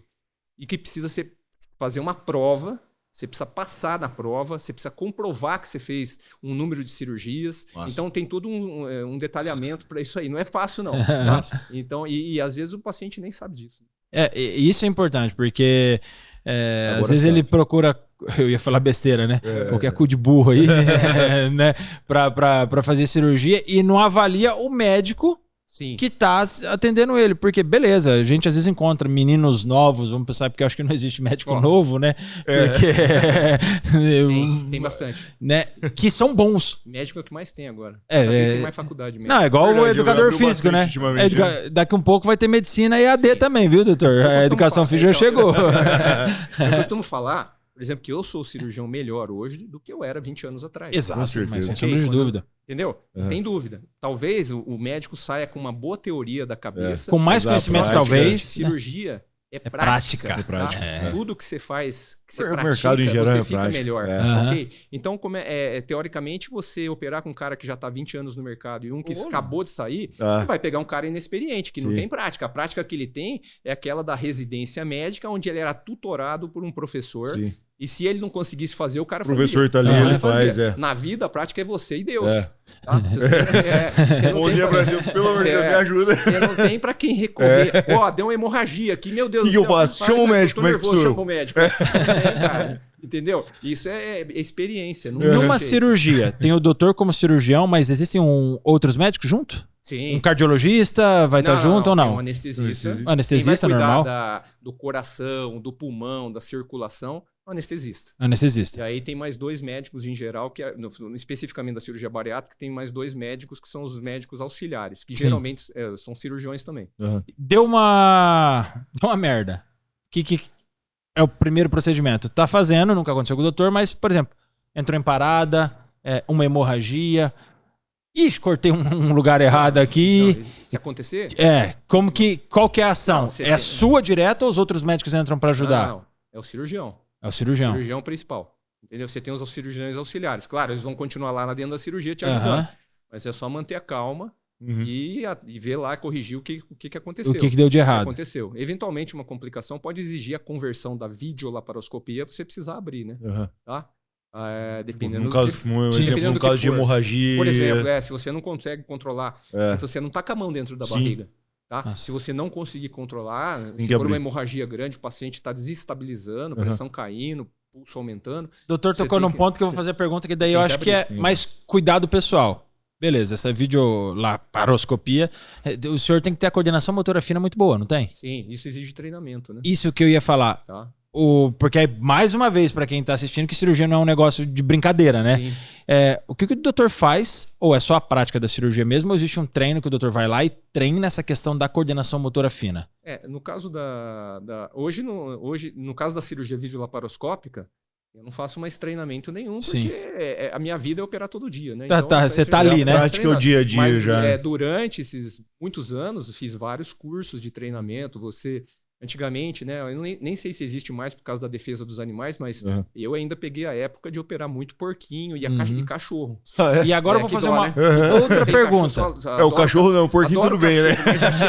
Já cheguei na minha residência, por exemplo, lá em São Paulo. Me abriu o cachorro. No centro de treinamento. Tinha muito cachorro. Caramba. Um porquinho depois a gente frita, fica tudo bem, né? Mas aí teve... Eu acho que houve mudanças. Hoje já desenvolveram muitos modelos artificiais, né? Para treinamento de cirurgia, tá? Legal. Então, assim, hoje não se faz tanto mais isso, não. Mas ainda existe, eu acho, curso principalmente com corpo. E agora uma pergunta que aí eu acho que é também de cunho pessoal. O quanto a sua capacidade física, Dr. Márcio Próspero, enquanto um cara que treina, um cara que suplementa, influencia na cirurgia? No meu desempenho? No seu desempenho. Sem dúvida. Muito. Às vezes eu fico muitas horas em pé. Quantas horas que... Por exemplo, hoje é um dia que normalmente eu não estaria aqui, né? Mas eu opero o dia inteiro. Dia inteiro operando? O dia inteiro a gente opera, começa às 7 da manhã, sai 10 horas da noite. Nossa, ô louco, doutor. O dia inteiro em pé, claro. Tem os intervalos. Acabou a cirurgia, você vai lá, descansar um pouco, escreve o que você fez, tudo, descansa um pouco até montar a sala de novo, demora lá 30 minutos, uma hora. Então, na verdade, o doutor não descansa. Descansa o corpo, né? Porque a cabeça ainda tá falando, pensando sobre aquela cirurgia, escrevendo, relatório. Mas aquela cirurgia acabou.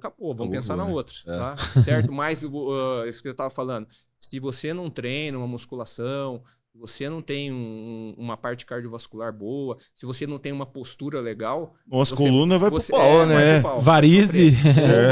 O ombro também. Assim, e a sua postura, ela não fica uma postura adequada na cirurgia, então, né? Quando você tá e o doutor tenso, é alto pra caramba ainda. quando você não tem experiência, tá tenso, tá? A tua postura é ruim. É que você fica travado, né? Travado, aí você sai cheio de dor. Cansado, tudo duro. Você tá morto, parece que você fez academia o dia inteiro.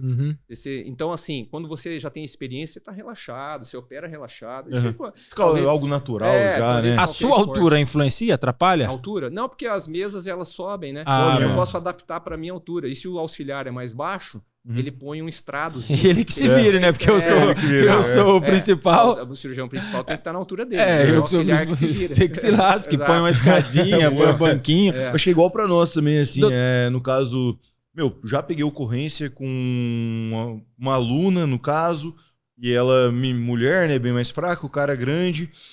A gente não conseguia levantar a tábua, né? No caso de uma cirurgia, se não tiver um preparo muscular ali, precisar lateralizar o paciente, por exemplo, acontecer alguma coisa, você não tem força, como é que você faz?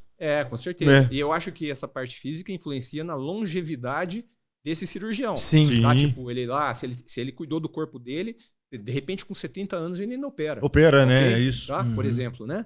E o que hoje... Talvez com a cirurgia robótica vai mudar um pouco, né? Por causa porque que a cirurgia robótica você fica bem ergonômica, né? Então você fica sentado num console, com a cabeça num aparelho onde você tem a visão de dentro da barriga. Legal. E o robô que está ali na mesa de cirurgia, você controla o robô, mas você não fica lá em pé, com em cima do cara. Nada, fica tudo vai ficar melhor ainda. E você mexe com a mão aqui, o que você faz de movimento lá, ele reproduz lá na mesa de cirurgia. Eu acho fantástico isso. Então, isso vai aumentar a longevidade dos cirurgiões, sem dúvida nenhuma. Essa, na verdade, essa vantagem tem uma vantagem importante para o médico nesse caso. Sim. Tem para o paciente também algumas vantagens, mas para o médico... De saúde muito pro médico, mais, né? É importante. Porque imagina ficar tipo das 10 da manhã às 10 da noite operando em pé em cima do cara. São assim, poucos né, médicos que chegam com 70 anos, por exemplo, e o cara tá conseguindo operar. Porque ele já não aguenta mais. Não aguenta, né? Não aguenta. Doutor, a gente falou bastante de obesidade, que eu acho que era um tema que tanto eu quanto o Renan nós queríamos falar. Só que o doutor não faz só isso. Haja visto, quando eu cheguei para ser atendido pelo doutor lá, com refluxo, gastrite, tem café ainda aí pro doutor? Acabou. Não, tranquilo. Tranquilo? Aí eu cheguei... Muito café faz mal. H. pylori, gastrite, refluxo. 2 litros por dia. Que eu tive um problema emocional, eu cheguei lá vomitando, ruim e tal, e que nós fizemos a biópsia na endoscopia e nós descobrimos a metaplasia intestinal de 20% lá naquele princípio. A gente estava falando de obesidade, quase que virando completamente a chave agora dos temas. O que seria essa metaplasia? Porque talvez algumas pessoas nunca escutaram falar, se ela pode virar uma displasia e vir a se tornar um câncer. Sim. E o doutor me falou que o câncer que mais mata o homem não é o próstata, né? O doutor tinha comentado... que eu digo isso por causa da minha área, né? Que a segunda causa de morte por câncer em homens no mundo é o câncer coloretal, câncer de intestino. Isso. O doutor tinha comentado isso comigo. Pensa o doutor falando isso para os seus... Em número de mortes, tá? O câncer de próstata é muito comum e já tem uma cultura do homem, quando chega aos 45, 50 anos, começar a fazer seus exames de próstata. Quando detecta o câncer, ele tá bem no começo e o cara vive. Sim. Então ele não chega a morrer. Sim. Tá? Certo? Acho que essa é a grande diferença, boa parte agora, fazer, por exemplo, uma colonoscopia, tá? O povo tem medo de fazer a colonoscopia, porque ele sabe que é um aparelho de 1 metro que vai introduzir pelo ânus. Fora o trabalho que tem também, né? E o pior de tudo é que ele ouve falar que o preparo... todo mundo fala isso. O preparo é terrível, tá? E realmente não deve ser legal. É bem desconfortável, tá? Você toma um negocinho você toma o preparo e fica 1 hora sentado no vaso sanitário, com diarreia até limpar. Tem cara que fica sentado no vaso sem o preparo. Não, geralmente 1 hora limpa, porque é tão poderoso o laxante que 1 hora você vai ver... Você não pode sair do vaso. Você vai ver saindo água. Água límpida. Entendeu? Caramba. Entendeu? Então, doutor, eu queria que o doutor falasse sobre isso, sobre o porquê que nós homens não buscamos esse tratamento, o porquê que nós homens só buscamos quando aconteceu o que aconteceu comigo, Por que os médicos não orientam os homens a fazer colono? Ou não orientam, ou a sociedade não orienta. O doutor pode falar um pouco sobre isso. E sobre a questão da metaplasia, né, você tá falando. Dela virar uma displasia. Se é muito comum mesmo a tal da H. pylori, que é a bactéria que eu tive. Por onde que eu adquiro essa danada dessa bactéria, que nós tivemos um trabalho, né, doutor, para combater ela. Sim. Então, a metaplasia, graças a Deus, foi embora. Mas, falando sobre isso, nessa especialidade sua também, por que eu tive a metaplasia? Onde ela desenvolveu? Por que pode desenvolver uma metaplasia? Em que problema ela pode virar uma displasia? E por que nós homens não cuidamos dessa parte gastrointestinal? Por que nós não damos bola? Você tocou num assunto interessante, né? Mas se eu observar lá o meu consultório, eu costumo falar assim, eu não sou ginecologista, mas 80% ou 90% dos meus pacientes são mulheres. Mulheres. Tá? O homem realmente é relaxado. Ele não vai atrás, né? Ele não vai atrás, tá? Quando o homem vai numa consulta, pode ter certeza que ele vai junto com a mulher. A mãe. É difícil você pegar homem que vai consultar sozinho. Tipo eu, que vou direto. Tipo você. E normalmente o homem ele só vai quando ele já sente alguma coisa, né? Exatamente. Prevenção. Você costuma pegar, na minha área, doença mais avançada em homem do que mulher. Porque o cara, primeira coisa, eu acho que o homem é medroso. Total. Demais. Muito mais que a mulher. Muito, tá? nossa. Se eu pudesse, eu não operava homem, tá? Certo? Se eu pudesse, mas podem operar comigo. Aquela choradeira. O cara é muito sensível, rapaz. Não posso operar. O sexo frágil é o homem, né? A gente vai pegar, às vezes, ocorrência na rua, quando é homem, tipo, deu um ralado. Senhora. O cara tá chorando. Eu já peguei minha mulher com fratura. A mulher tá querendo lavar a louça em casa, tá querendo cuidar do filho, do trabalho. Tá tudo bem? Não, tá tudo bem. Tipo, desse jeito. O homem com um raladinho, ai, que dor. É muito sensível. A mulher liga pra você. A mulher do paciente liga pra você e fala, doutor, o que eu faço com esse cara aí? Os tapas dele, manda virar homem. E então ele tem mais ele tem um desleixo um pouco com a saúde nesse sentido. Ele é mais medroso, então ele tem medo de descobrir um câncer e acabar com a vida da família inteira. Então, bom, enfim. É um medo... E se não cuidar, aí sim que vai acabar, né? É um medo que não tem cabimento, né? Porque se ele não tratar no começo uma doença... Aí sim ele vai dar trabalho para a família inteira.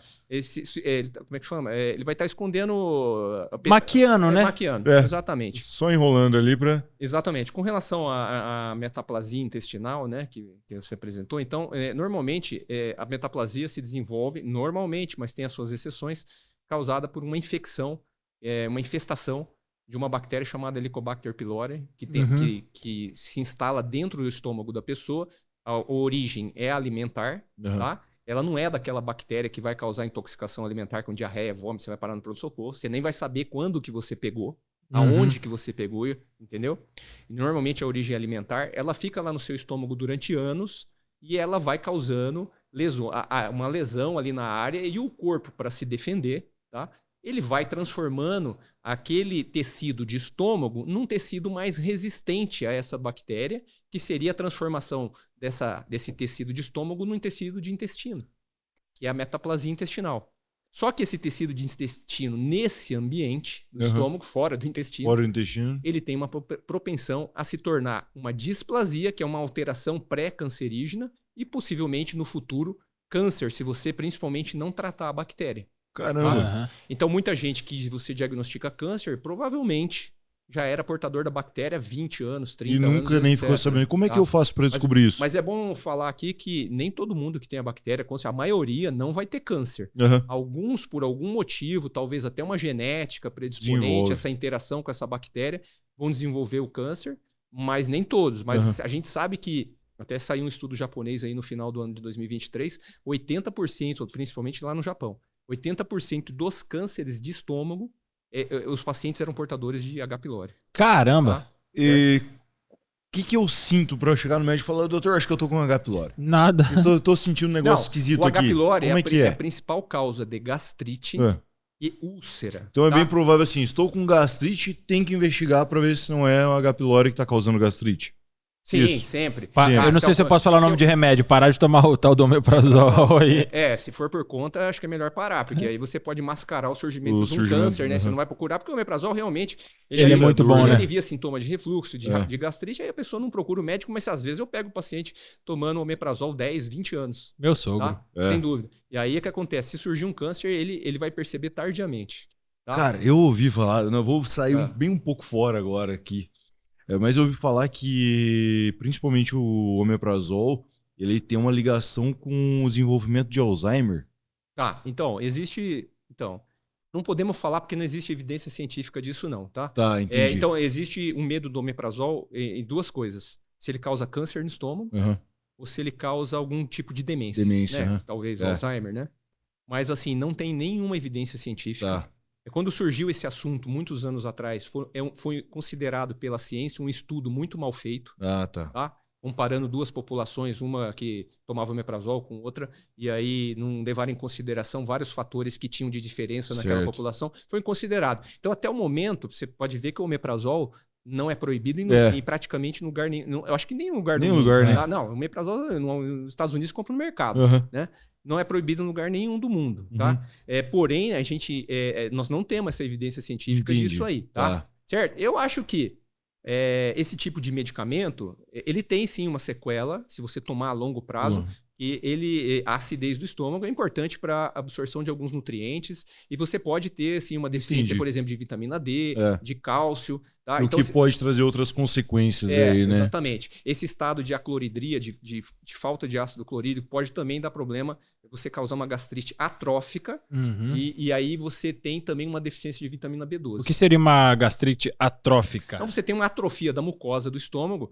Para a vitamina B12 ser absorvida, ela não é assim, você toma e ela vai lá no intestino e ela é absorvida. Ela se liga a uma substância chamada fator intrínseco produzido pelas células do estômago. Certo? Então, se ela está atrofiada, ela pode não produzir. Ela se liga, vai junto até o final do intestino delgado e lá o fator intrínseco solta a B12 e aí ela consegue ser absorvida. Se ela descer sozinho, ela não absorve. Então, provavelmente foi por isso que eu estava com um déficit da minha B12? Exatamente. Num paciente que tem um desvio intestinal pós-bariátrico ou, por exemplo, tem uma gastrite atrófica, a melhor forma seria resolver com injeção de B12 ou sublingual. Tá? Porque o sublingual vai direto para a corrente sanguínea, não precisa passar pelo trato digestivo. Até chegar. Exatamente. Tá? Entendi. Doutor, mas então... só lembrando, assim, só para deixar bem claro, é uma informação importante, que a gente estava falando de câncer de estômago, sim. Mas o câncer mais frequente do aparelho digestivo e que tem que se preocupar é o câncer de intestino. E você tinha feito uma pergunta também, por que os médicos não... Por que os médicos não pedem pra gente fazer pelo menos uma vez por ano? A Organização Mundial da Saúde não aparece na televisão igual o próstata. Então, porque particularmente, nunca na vida, nenhum médico me pediu pra fazer uma bateria de exame assim, tipo, falar, preciso ver seu estômago, o intestino... E aqui cabe uma rasgação de seda antes do doutor falar. O doutor foi o primeiro quando eu cheguei lá. A minha esposa é atendida pelo doutor, minha sogra, acredito que vai também. A minha sogra, a tia da minha esposa, o doutor atende também. O doutor foi o primeiro a falar, rapaz, tem que cuidar. Sim. Você tem que vir aqui, principalmente depois de ter tido a metaplasia e H. pylori. O doutor falou, uma vez por ano, pelo menos. Pra gente fazer a endoscopia, pra gente verificar como que tá, a biópsia e tudo. No seu caso, por causa da metaplasia. Isso, por causa da metaplasia. O doutor foi o primeiro que falou isso. Eu vou rasgar seda para um outro doutor também, que é o doutor Marcos Macoto, que hoje é o nosso ortopedista, que foi o primeiro ortopedista que pediu o exame de sangue. Na minha vida. Na minha vida e na vida da minha esposa, foi o primeiro ortopedista que pediu o exame de sangue. Ele é um ótimo ortopedista. Ele é absurdo. Ele é absurdo. Porque assim, parece que o pessoal esquece que a gente é um conjunto, né? A gente não trabalha só osso, só estômago. Sim. A gente trabalha então, geral, aí voltando tudo, à pergunta do Renan, por que não é divulgado pra gente? Por que não é orientado? Por que não fala, acorda pra vida, seus homens tontos? Isso é um ótimo assunto. Na verdade, os protocolos existem, tá? E a partir de 45 anos, toda pessoa assintomática, não tem sintoma nenhum, e que não tenha nenhum antecedente genético de câncer. Quando a gente fala câncer de intestino, a gente chama câncer coloretal. Que é o câncer do intestino principalmente 99% é intestino grosso, tá? Ok?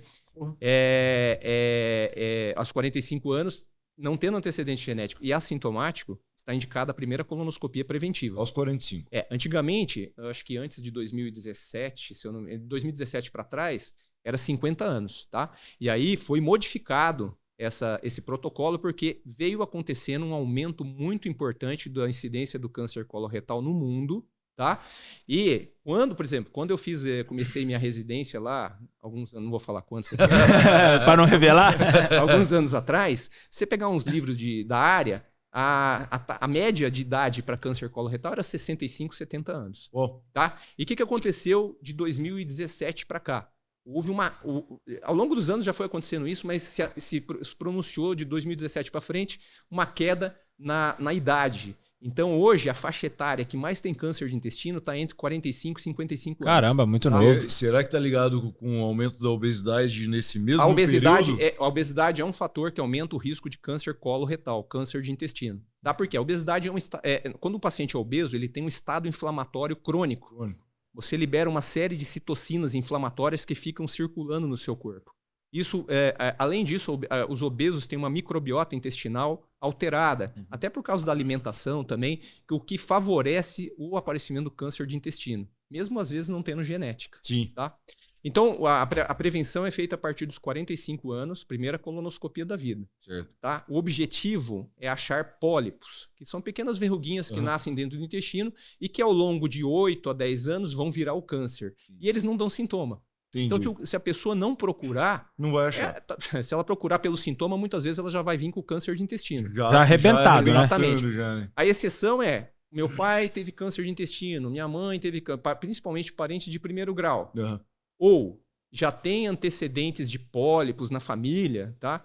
Essa pessoa não vai esperar os 45 anos, tá? Ela pode fazer antes. Então, por exemplo, meu pai teve câncer com 55 anos, tá? Então, essa pessoa, 15 anos ou 15 a 20 anos, ela já pode começar a fazer a prevenção com as primeiras colonoscopias. Para ver se acha pólipo, né? Porque daí 10 anos que vai desenvolver, então ela tem que... Olha, a pergunta é por que eu não sei nem se os médicos individualmente, claro que todo mundo da área devia falar para os pacientes fazer isso, né?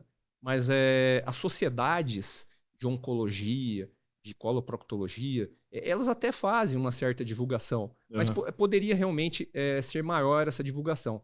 A Organização Mundial de Saúde, está escrito tudo um pouco disso que eu falei, lá se você entrar no site, vai ter lá. E, inclusive, no site da Organização Mundial de Saúde, você vai achar os 2 alimentos mais causadores de câncer de intestino. Aí entra o poder financeiro, né? O primeiro, carne vermelha processada. Tá? Carne vermelha processada. Tá? Então, tudo que é linguiça, salsicha, salame, carnes que ficam a vácuo muito tempo, etc., é o principal causador de câncer de intestino como alimento. Tá? Parece que é por causa do nitrato de...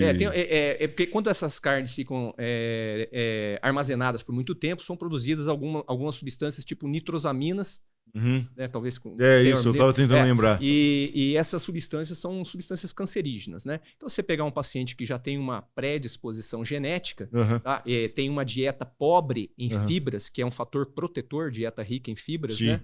Certo? Sedentário, obeso, fechou. Esse cara é uma bomba para virar um câncer de intestino. Então esse é o câncer que não perde o raciocínio, porque veio a pergunta, doutor, que dá mais em poderes aquisitivos baixos? Ou não? Porque o senhor falou aí que são os alimentos mais baratos, esses que o doutor falou. Sim. Salsicha, linguiça. Eu não consigo te responder sem dúvida, mas não posso. Eu acho que não dá para te responder, mas pode ser sim. Se a gente for pegar uma estatística. Se fosse fazer uma pesquisa, talvez encontraria isso. É possível por causa do tipo de alimentação. Né? Mas o segundo alimento, eu não gosto nem de falar isso, porque de repente vai vir aqui... Já não dá nome. Não, a indústria da carne, mas eu não tô dizendo que não é para comer carne, não, tá? E é bom, o segundo alimento seria carne vermelha fresca. Tem um poder menor, claro, melhor comer fresca do que processada. Mas espera lá. Não é assim, eu acho que é aquela pessoa que come muita carne, todo dia carne vermelha. Mas é foda, porque a gente entra numa linha assim, ó. Hoje em dia eu só como carne branca basicamente todos os dias, durante a semana. Como churrasco e tal, mas é churrasco uma vez ou outra no meio da semana. Mas, teve uma época que eu fazia dieta que eu comia por dia 800 gramas de carne vermelha por dia. Meu Deus. É bastante. É carne, hein? É bastante. É carne fresca, principalmente. Carne fresca. Não, então, veja bem, eu como carne, tá? Como carne, sei lá, 3, 4 vezes por semana. Mas tem gente que exagera, principalmente a carne processada, tá? Vou deixar bem claro que é o principal carne processada. Mas tem gente que exagera, né? Então, eu acho que esse exagero, eu acho que é bom você variar. 800 gramas no exemplo é exagero já, né? Eu acho. Eu também acho. Você quer ficar grande, né? Tem que comer muita proteína. Mas muda, né? Come peixe. Come hoje frango, em dia frango, é mais caro o peixe. Eu costumo falar assim, de vez em quando faz um dia vegetariano. Pô, tá? Eu faço na sexta-feira. A sexta-feira minha é às vezes eu vegetariana. gosto. Eu já aproveito o frango, aproveito os hormônios dele, né?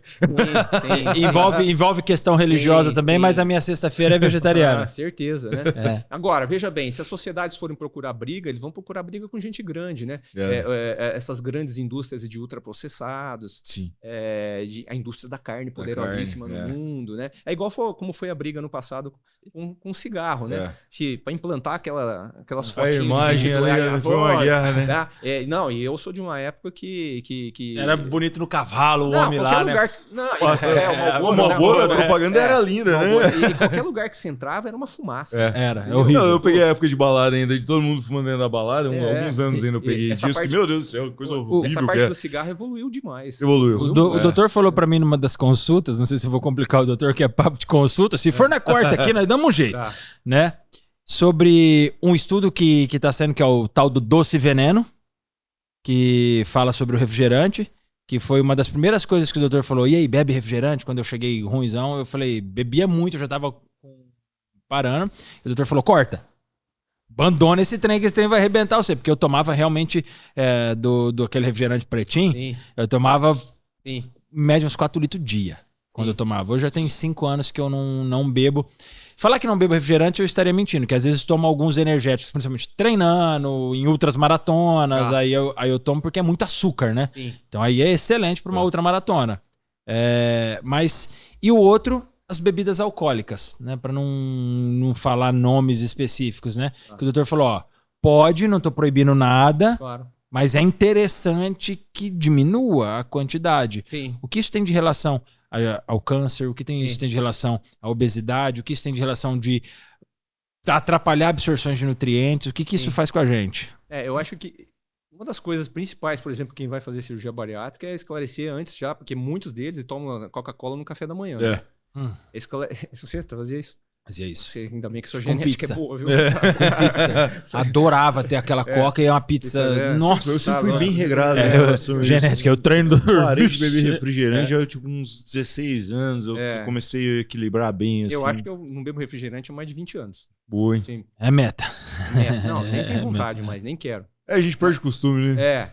Mas assim, claro que deve ter muito estudo em andamento aí com relação a refrigerante, mas a gente sabe que a gente tá tomando um produto químico ali, cheio, além de açúcar, né, que você falou, cheio de sódio, né, também, e fora, se você enumerar os produtos químicos do refrigerante, rapaz... Dá pro é basicamente um desinfetante. Ele é pior que a bebida alcoólica, se a gente for ver, né? Tem algumas doenças, por exemplo, no Japão, uns 30 anos ou 40 anos atrás, por exemplo, tem 2 doenças intestinais que eu trato, que é a doença de Crohn e a retocolite ulcerativa, que são doenças autoimunes do intestino, doença inflamatória.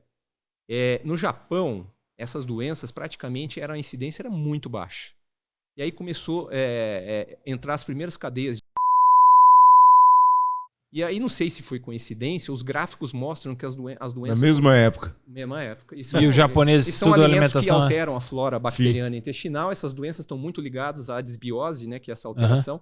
E aí começou a aumentar a incidência, assim, você vê, assim, um aumento exponencial depois que entrou as primeiras cadeias de fast food. Eu falei, desculpa, tá? Na hora que ele falou, você só falta um pi.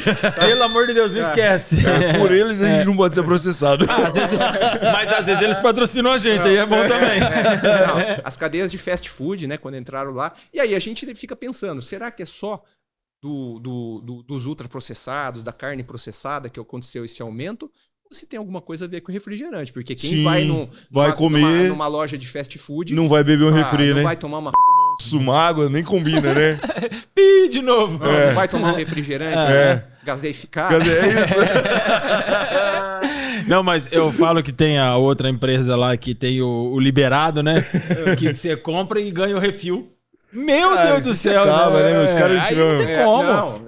Eu seria um hipócrita de falar que quando eu tomava, meu Jesus, eu só queria lá por causa do gole. Os Estados Unidos é o campeão de obesidade. E você vê, né? Lá nos Estados Unidos, por um centavo a mais, o cara te dá um litro de refrigerante. Meu Deus do céu. Isso é vida. Tá vendo? Isso eu falo por mim, porque é um vício. Eu tô praticamente 5 anos sem refrigerante. Só que do refrigerante pretinho lá, eu sinto o cheiro. Cara, mas vicia demais. Eu sou viciado. A minha avó, cara, ela não tomava mais água. No final da vida assim, dela, ela tomava, em média, 2 litros de refrigerante de soda, porque ela não bebia água. Aí, pra Engana porque é branquinho. amenizar, ela colocava meio copo de refri e meio copo de água. Nossa Então, senhora. tipo, a água dela era com refrigerante. Caramba. Isso aí era durante o dia inteiro, cara. Tipo, eu lembro, teve uma semana que meu pai comprou um fardo pra ela de soda de 2 litros. Ela tomou, tipo, durante 4 dias, ela tomou um fardo inteiro. E eu tô pensando uma coisa agora aqui pra discutir com vocês. Vamos. Quem garante, tá, que essa água do refrigerante é uma água limpa, filtrada? E quem garante que essa água não tem H. pylori? Entendeu? Porque se o H. pylori aguenta o ácido clorídrico que você tem no estômago, Não ele vai consegue aguentar. viver. Você acha que ele não consegue viver dentro de um refrigerante? É lógico. Então, eu nunca pensei nisso, tava pensando agora. Doutor, Não, mas- uma vez, eu nunca tinha ouvido falar do H. pylori, né? Aí o Granado veio e me comentou comigo, falou. E aí começou a aparecer algumas coisas na rede social pra mim, né? E um médico integralista, naturalista, é isso? Sim. Ele falou que quando a pessoa come maçã e sente dor, sente mais fome, é um dos sinais, que pode ser um dos sinais que a pessoa esteja com a bactéria. Tem alguma coisa a ver ou nada a ver? Desconheço totalmente. Desconhece. Eu sinto fome toda hora. Eu ouvi isso e eu falei assim, eu pensei, Desconheço pô, o que totalmente. tem a ver comer uma maçã com tá com uma bactéria no estômago? Eu devo ter uma gangue de H. pylori, isso que eu pensei, né? eu Porque falei, do rapaz, jeito que eu esse sinto negócio Eu fome... não sei se eu contei pra você a história do H. pylori. Como foi descoberto? Não lembro. Não contou não. Então, assim, ó, na década de 70, 80, 90, ainda quando eu fazia residência, tinha uma doença no estômago chamada úlcera péptica, tá? Que é uma ferida que dá no estômago, pode até perfurar o estômago, ir para uma emergência, Caramba. uma hemorragia, etc. Era bem comum. Minha avó teve isso já Você também. dava muito, na época, você tinha lá ranitidina, cimetidina, daí surgiu o omeprazol, Uhum. mas mesmo assim, tinha paciente que não curava a úlcera, tá? E quem não curava ia para cirurgia. Uhum. Você arrancava metade do estômago do Nossa. paciente Caraca. para tratar essa úlcera. Então foi assim durante esses anos que eu falei, tá? Daí 2 médicos cientistas americanos acabaram descobrindo o H. pylori e eles queriam comprovar para a comunidade científica que a teoria deles era que o H. pylori era a causa da gastrite e de úlcera, por exemplo. Aí nem se falava ainda do câncer, né? Uhum. Mas era a causa de úlcera. E esses 2 médicos, eles ingeriram grandes quantidades de H. pylori, tá? E os 2 ficaram doentes, tá? Inclusive com úlceras bem resistentes. Caraca. Tá? Caramba. E aí... Tudo para estudo. E a partir disso Maluco. aí, continuaram estudando e acabaram comprovando que todas aquelas úlceras e a maioria das gastrites Vinha de... eram do H. pylori. Por Caraca. isso que nunca curavam o paciente, porque você nunca dava antibiótico para matar o H. pylori. Não se sabia que o H. pylori existia. Uhum. Porque até então o estômago é um ambiente tão hostil Que achava que... que ele é cheio de ácido Sim. e nenhuma bactéria até então tinha sido identificada Que não resistia, dentro né? do estômago. Não sobrevivia. Exatamente, só no intestino. Uhum. Mas dentro do estômago não. Tá? E aí esses caras comprovaram, eles anos depois, não sei quantos anos, ganharam o prêmio Nobel. Que legal. Depois de quase morrer. De medicina, né? Depois de quase morrer, quase né? suicidar, literalmente, né? Podia ter morrido, né? Então, assim, só para dizer também que essa doença úlcera, hoje a gente praticamente não vê. Eu não vejo quase úlcera mais no consultório. Mas Ouvi assim mesmo falar bastante antes de o fulano tava com úlcera no estômago, nunca mais ouvi ninguém não, você falar. não vê, Porque desaparece. agora você combate o H. pylori. Exatamente. Você já chegou na O causa, né? paciente vai lá, ele faz endoscopia, tá com a gastrite leve, tem H. pylori, você já trata. Esse paciente talvez fosse um futuro portador dessa úlcera. Hoje você praticamente não vê. E acabou com as cirurgias. Uhum. Tem um monte de gente que foi mutilado por essas cirurgias, mutilado assim, tirou É, parte sim, do porque- estômago. Que sem Desnecessariamente. Não deixa de ser uma Uhum. Mas mutilação, assim, né? tava errado? Não, era o que a ciência na comprovava época naquele era momento. aquilo. A medicina é uma ciência evolutiva. Aham. Né? O que eu tô falando hoje aqui para vocês pode ser que daqui Meio- 10 anos vão dar risada. É, Isso, fala, é. nossa, aí que nada a ver que. Né? E usando o meu caso da questão da H. pylori, doutor, nós usamos 2 tipos de antibiótico. Nós fizemos chegamos, identificamos ela, descobrimos a metaplasia, começamos a tratar a H. pylori com um combo de remédio barato, né? Geralmente é caro. Com um combo de remédio barato e não conseguimos na primeira tentativa. Sim. Fizemos de novo, biópsia e tal, a metaplasia na segunda biópsia tinha diminuído para 5%, a gente fez ela 20%, depois ela na segunda biópsia ela estava 5%, e aí nós entramos com outro combo, Sim. que foi o segundo, que aí foi nesse momento que a gente conseguiu combater ela. Se eu não tivesse vencido essa danada nesse segundo combo, Tá. qual era o caminho? Existe uma porcentagem em torno de 1 a 3% de paciente que não vai conseguir erradicar a bactéria. tá? Você vai dar todos os tratamentos disponíveis e estudados e não vai conseguir. O caminho aí, nesse caso, é vigilância. Então, esse paciente vai ter que fazer endoscopia todo ano para estar acompanhando, porque ele tem a bactéria. Porque ele vai ficar sempre com a bactéria. Ele vai ficar com ele, porque até o momento não surgiu um antibiótico para aquele caso específico. Que está resistente E essa ali. bactéria, às vezes, ela tem várias cepas diferentes do H. pylori. E você tem cepas mais resistentes. Tá? Então, não existe antibiótico para 100%. Tá? Vamos dizer que a erradicação vai em torno de 95%, 98%. Às vezes com vários tratamentos que você fez. A grande maioria, vamos botar, 70%, 80%, é o primeiro tratamento, resolve. Aí, hoje eu... a consulta. Vamos aproveitar, Sem pagar o plano. Sem pagar o plano. Hoje eu faço esse acompanhamento anual por causa da metaplasia, então, não por causa do H. pylori. Não, por causa da metaplasia. Existe uma chance pequena de uma reinfecção. Tá? Existe. Tá? Caramba! Certo? Mas é mais difícil você ver essa nova infestação num paciente que já teve do que numa pessoa que nunca teve. Então, assim, você tem uma certa proteção depois dessa infecção. Sim, sim. Mas não é impossível se reinfectar novamente, tá? Ok? Então, mas a vigilância no seu caso especificamente por causa da metaplasia intestinal. Entendi. Tá? Então, vale avisar para todo mundo que tá assistindo a gente? A gente tá com... Deixa eu olhar aqui. No meu relógio, 1h40. Quanto tempo nós estamos aí? 1h40? Avisar os seus homens bundão, eu gosto de falar assim, doutor, né? Porque homem é bundão, homem é frouxo, sexo frágil. Isso. Procura, se for daqui de Londrina, não enche a agenda do doutor, porque eu preciso me consultar, não vai ter vaga para mim. Não, mas procure o doutor Márcio, depois o doutor pode deixar o arroba, com certeza, para falar quem é o doutor, para as pessoas verem os seus vídeos que o doutor fala sobre as doenças que o doutor trata. Eu vou fazer tem uns podcasts que a gente vê na internet que o cara, tipo... camiseta tal, vou dar um cupom de desconto do... Isso é bom, para quem for particular não for plano, né? Tem que ver se os planos de saúde que o doutor atende... Cupom hashtag café com Edu Granada. Não, vamos bolar uma ideia dessa aqui, vamos fazer assim, daí qualquer coisa eu ponho na descrição lá. É isso aí. Mas vale sempre, eu gosto de falar isso, vale sempre salientar, galera, que a gente precisa se cuidar. A ideia de todo esse projeto, de ter começado, provavelmente esse episódio sai agora em janeiro, eu espero que a gente consiga soltar agora em janeiro já. Saiu hoje, no dia que nós gravamos, saiu o meu e do Renan, onde vai gerar muita confusão, né? E depois nós vamos ter o seu para que a gente possa amenizar, esclarecendo, amenizar. Mas vale a pena a gente se cuidar. Eu acho que a gente cuida do nosso carro, faz revisão a cada 10 mil quilômetros. Algumas pessoas cuidam mais do carro do que da esposa, do filho ou de si próprio. Por que não cuidar é mais ou menos parecido da máquina que vai fazer você poder ter um carro, poder ter uma casa legal, poder ter uma viagem legal? No meio que nós vivemos, e meus haters preferidos, que são as pessoas que trabalham comigo, né?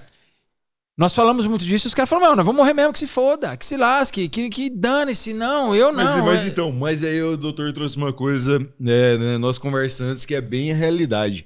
Uma coisa é a pessoa falar que tá tudo bem. E, foda-se, deixa eu morrer e não sei o quê. Mas internamente, ninguém tá pensando assim. Tá se cagando, internamente o cara tá pensando assim, porra, mano, eu tô gordo mesmo, eu vou morrer. Não. Entendeu? É isso aí. Porque, quando assim, a pessoa chega lá no consultório, com certeza ela não vai falar pros outros que ela não tá se aceitando obesa do jeito que ela tá. Mas internamente lá no consultório, o que ela faz? Ela chora, não é? Sim. Exatamente. E é difícil alguém se aceitar desse jeito. Não tem. E é justamente o que nós queremos fazer com esses episódios, doutor. É quebrar esse preconceito. Tanto dos homens, vai ter episódios que nós vamos falar bastante sobre mulheres também.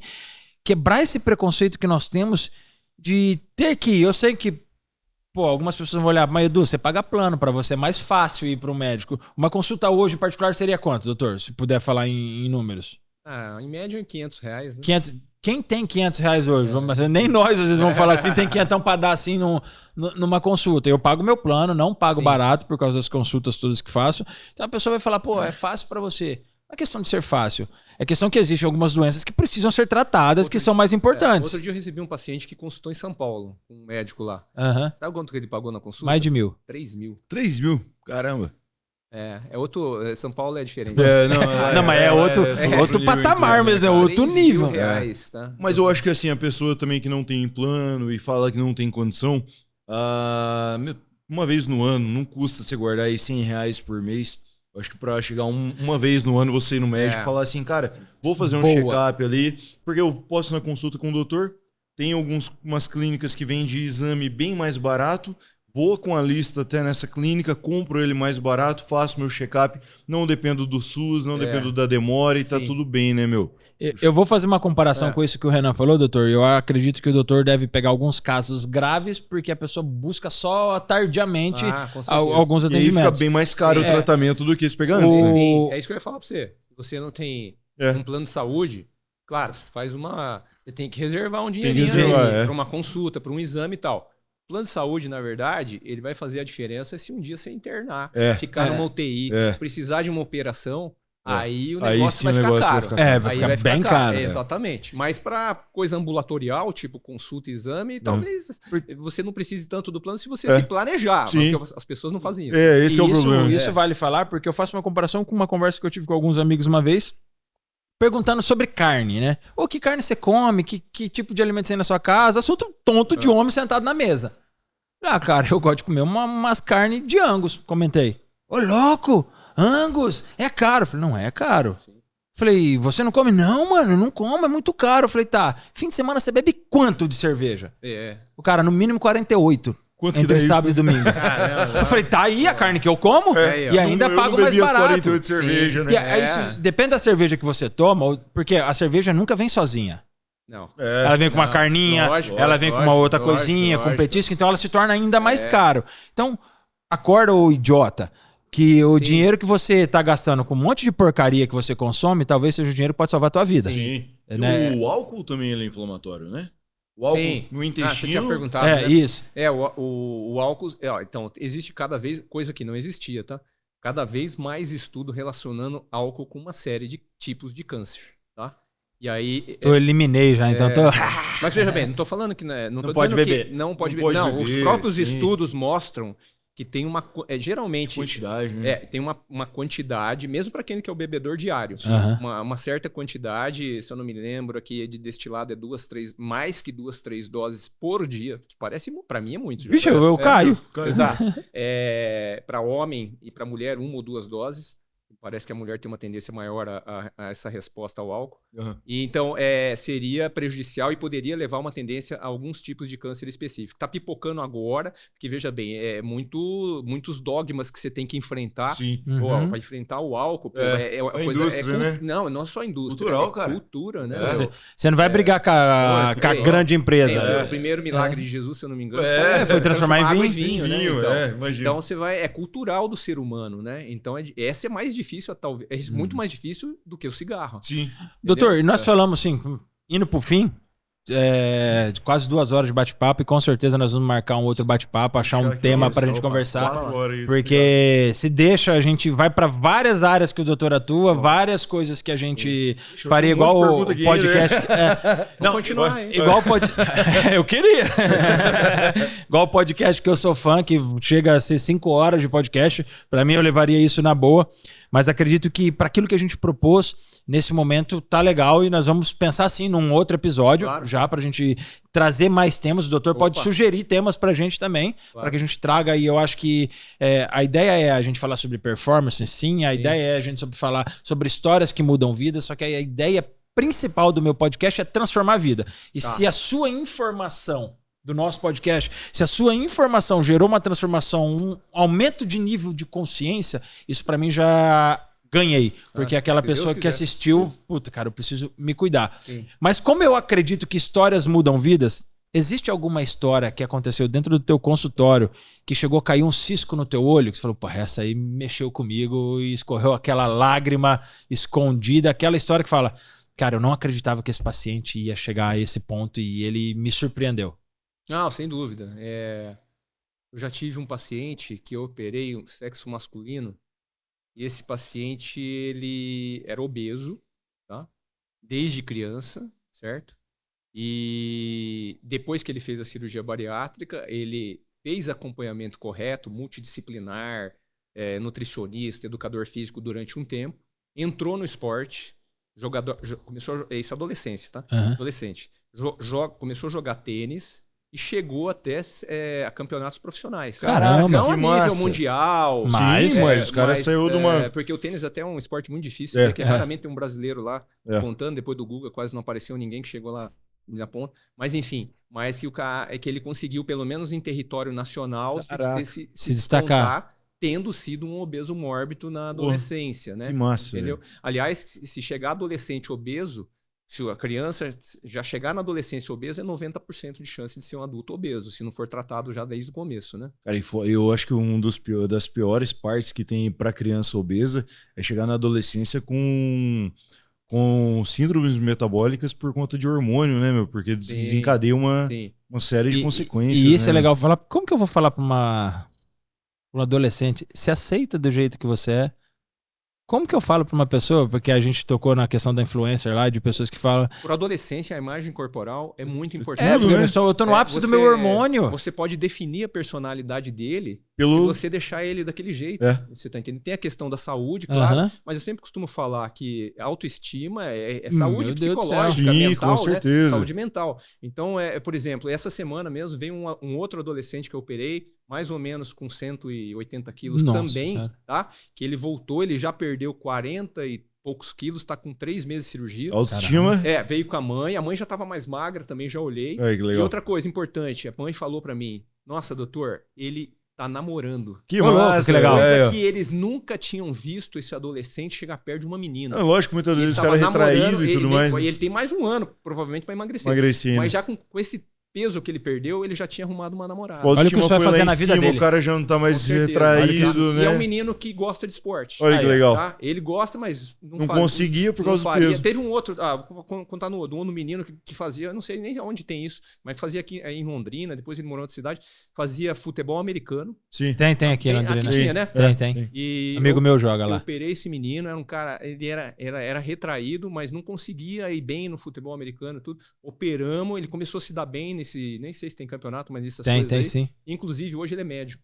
Que ele massa. entrou na faculdade de medicina magro, Caraca. se formou. Mas isso pode ter influência da cirurgia. Isso pode ter influência do seu trabalho. Certeza, do seu trabalho. Ele ter virado médico, vamos pensar assim. Porque assim, eu acho que igual eu falei, a gente não só emagrecer e ser atleta, né? A gente trabalha tudo, nós somos um conjunto, né? Então assim, você melhorou a parte estética do cara, você melhorou o psicológico do cara. Sim, isso é muito óbvio, assim. Muita gente vai falar assim, o Renan é um babaca por estar falando isso. Não é, cara. As pessoas te julgam e a gente se sente... A gente sente o peso do julgamento das pessoas. É hipocrisia pegar e falar que ninguém julga ninguém, porque todo mundo faz isso o tempo todo. Porque e a gente sente isso. Então, a nossa escolha. As pessoas pararam de te julgar, você com certeza começa a se sentir melhor e desenvolve outras partes da sua vida. Às vezes as pessoas podem pensar que o Renan é babaca, que o Edu é babaca, mas eu escolhi ser educador físico. Sim. Eu escolhi trabalhar com performance, eu escolhi trabalhar com pessoas.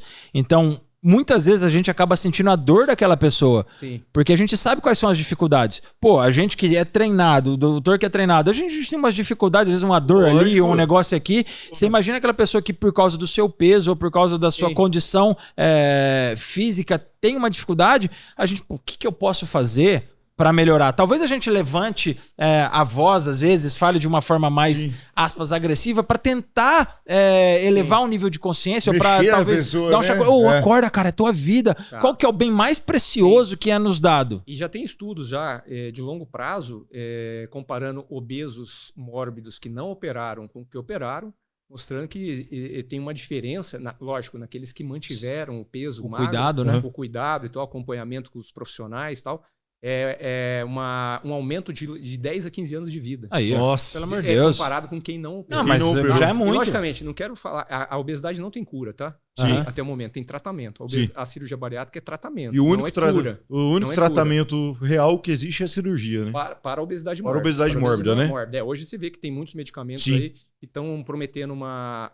o pessoal está fazendo muito uso indiscriminado também, né? Agora, o ano que vem no Brasil, né? Não vou falar o nome aqui, mas é a substância tirzapatida e o outro é a semaglutida, que já é utilizado aqui. Muita gente está tomando injeção de semaglutida, só que ela vai vir numa dose maior com outro nome comercial. O pessoal já passa mal de rolê com isso. Pois então, eles nos estudos de 18 meses, tá? Que fizeram, por exemplo, com a tirzapatida e com essa nova semaglutida, eles pegaram um grupo de pacientes e fizeram atividade física regular? Com alguém supervisionando, certo? Certinho. E dieta, uma dieta saudável, saudável. E o outro grupo, você fez a mesma coisa, só que você deu a injeção, Uhum. ok? O grupo que tomou a injeção teve uma perda de peso de 20 a 25% a mais depois de 18 meses, tá? Então, longo prazo, então. Tirzepatida, só lembrando, nos Estados Unidos já está liberado, custa $1.000. Caraca. Aqui no Brasil não sei quanto vai custar. Sei lá, custa $1.000. Veja bem, quantos por cento da população brasileira vai poder se beneficiar desse tratamento? Nenhum 1%, 2%. Não, se você for usar 18 meses, tá? Vamos supor que custe 3 mil. Bota aí 18 vezes 3 dá 54. Não vai vir. Não é, né? Não vai vir só 3 mil, se é $1.000 lá. Eu botei 3 mil, mas... Mais os nossos impostos aqui, né? Um paciente meu que mora nos Estados Unidos falou que tá custando $1.000. Caraca. Aqui não sei. Aí você vai manter isso por 18 meses e o cara tem que ter muita grana. Então, vai beneficiar quem? Ninguém. O que vai acontecer? Esse remédio, ele é comprado sem receita. Tá? Essas injeções. É o contrabando. Tá? Então, quem precisa, por exemplo, o diabético usa também. Sim. Quem precisa, às vezes, não encontra, porque o povo, para emagrecer, estão comprando todos os estoques das farmácias. Para tomar e quem precisa de verdade. Igual Só que o brasileiro toma errado, porque o estudo foi de 18 meses, aí ele toma 1 mês, 2 meses e para. Isso. Você tá entendendo? Não adianta nada. É igual aquele outro que eu não sei se é o princípio ativo ou é o nome, eu não vou falar, que a galera vende aí, toma, emagrece e volta a engordar, toma, emagrece. Dessas injeções? Não, que é um comprimido mesmo. Eu não sei se é a marca, então... então, eu vou até... eu não sei nem se eu escrevo certo. Astramina da vida. Vamos ver. Não tem nem se eu estou escrevendo se é com C ou se é com S. Ah, não, isso aí precisa de receita controlada, Precisa né? de receita. Esse é um tipo de receita especial, receita B2, tá? Você não consegue comprar sem receita, diferente das injeções que Mas tem médico que dá receita para quem pede? Ô, doutor, me arruma um desse aí. Isso aí sempre tem, né, cara? Porque assim, nós temos amigos que tomou, né? Que trabalham com a gente, que tomou, emagreceu, bonitão. Quando acabou o tratamento, virou de novo a mesma coisa. Cara, mas é normal. Eu acredito que existe até venda de receita. Com certeza. O pessoal não se liga no pós, não se liga na reeducação. É a mesma coisa que eu costumo falar dos caras que vêm perguntar pra mim de anabolizante, acha que é só tomar, vai ficar forte, tá tudo bem, tá lindo, não precisa fazer mais nada. Sim. É o mesmo esquema, tipo, a cabeça das pessoas ainda é muito pequena pra isso. Com certeza. O pessoal tem que abrir um pouco mais os olhos para o que é saúde, o que é, né? Claro, com certeza. E pra gente finalizando, você que ficou até o final, você que ficou aqui com a gente, eu sempre esqueço de falar no decorrer do podcast. Clica, compartilha, comenta, manda para o maior número de pessoas. É que o papo é tão bom que eu acabo esquecendo disso. E não posso esquecer do Ponto Grill, dos meus apoiadores e patrocinadores que sempre estão junto aqui. Tem o Master Cidadania, que foi o primeiro que acreditou, que falou, vai lá, Tontão, faz o podcast. né? Tem a Taurus hoje, que é meu parceiro sócio aqui, o Renan. Junto aí no projeto. Tem a London Music, que me ajuda demais. O pessoal que eu aprendi a amar de coração, aprendi a gostar muito em um bate-papo que a gente teve de 4 horas. A gente acabou fechando uma parceria também, onde eu venho, bato um papo com os sertanejos deles, bato papo com os artistas dele, que é gerenciador de carreira. E os outros que porventura passaram aqui, porventura vão passar. O Café com o do Granado, né, sou eu o idealizador desse podcast. Mas, galera, quero agradecer vocês, dar o parabéns para vocês terem ficado até o fim, vocês que nos acompanharam e vão ver corte. Doutor, como eu falei, por mim eu ficaria aqui mais horas e horas e horas, a gente teria muito mais assuntos. E pode ter certeza, vai ter um segundo episódio disso. Claro, vou estar sempre à disposição. Porque são assuntos que a gente quer tratar. Até se o doutor conhecer um endócrino, né, a gente um dia trazer um endócrino junto aqui, porque são... Podemos ver isso aí. É porque acho que são convergem, convergem as duas. E daí a gente fala sobre parte hormonal, fala sobre outras partes que eu acho legal se o doutor puder indicar um endócrino. Coisa que foge da minha área e entra mais na endócrino. Isso, que daí a gente... Aí é ruim de eu falar, porque de repente o cara... a gente entra nesse debate. O cara tá entrando na minha área. A gente entra nessa conversa legal, porque essa é a ideia. Cara, além de gerar transformação, é passar informação. Aumentar o nível de conhecimento. Aumentar o nível de conhecimento e de consciência. Porque muitas das coisas que a gente entende um pouquinho, nós buscamos. Mas tem pessoa que não busca. Hoje nós estamos no eu sou curioso, né? A maioria das pessoas não são. Então, às vezes a pessoa tá aqui, vamos assistir esse podcast e ele pode aprender muito. Doutor, quero cumprimentar o doutor. Cara, eu queria agradecer também, porque foi incrível. Muito obrigado. Nós vamos nos ver muito. Quer falar alguma coisa, Renan? Cara, não, agradecer mesmo, que foi incrível hoje aqui. Bate-papo muito leve, muito fácil de entender. Né? Cara, muito bom. Acho que tinha muita coisa pra falar. Tem muita coisa. Mesmo nesse assunto tem muita coisa. Tem muita. Não, ainda depois quero entrar na parte dessa parte de microbioma intestinal com rendimento esportivo. Tem coisa. Estratégias e tal, mas vai ficar o que mais tem estudo de microbiota hoje. Olha que beleza. Vamos marcar um dia então pra falar só sobre isso? Fechou. Porque com certeza o doutor tem tem conteúdo. A gente traz um endócrino junto, indicação sua. O endócrino que o senhor conhece, a gente traz. Acho que o doutor até passa por um endócrino também, né? Atendido. Eu sou atendido por um endócrino. Então, a gente traz ele aqui, a gente faz esse debate. E eu só queria agradecer, doutor. Se o doutor quiser deixar um recado na sua câmera lá, aquele recado vai ser o corte top pro doutor usar no seu Instagram.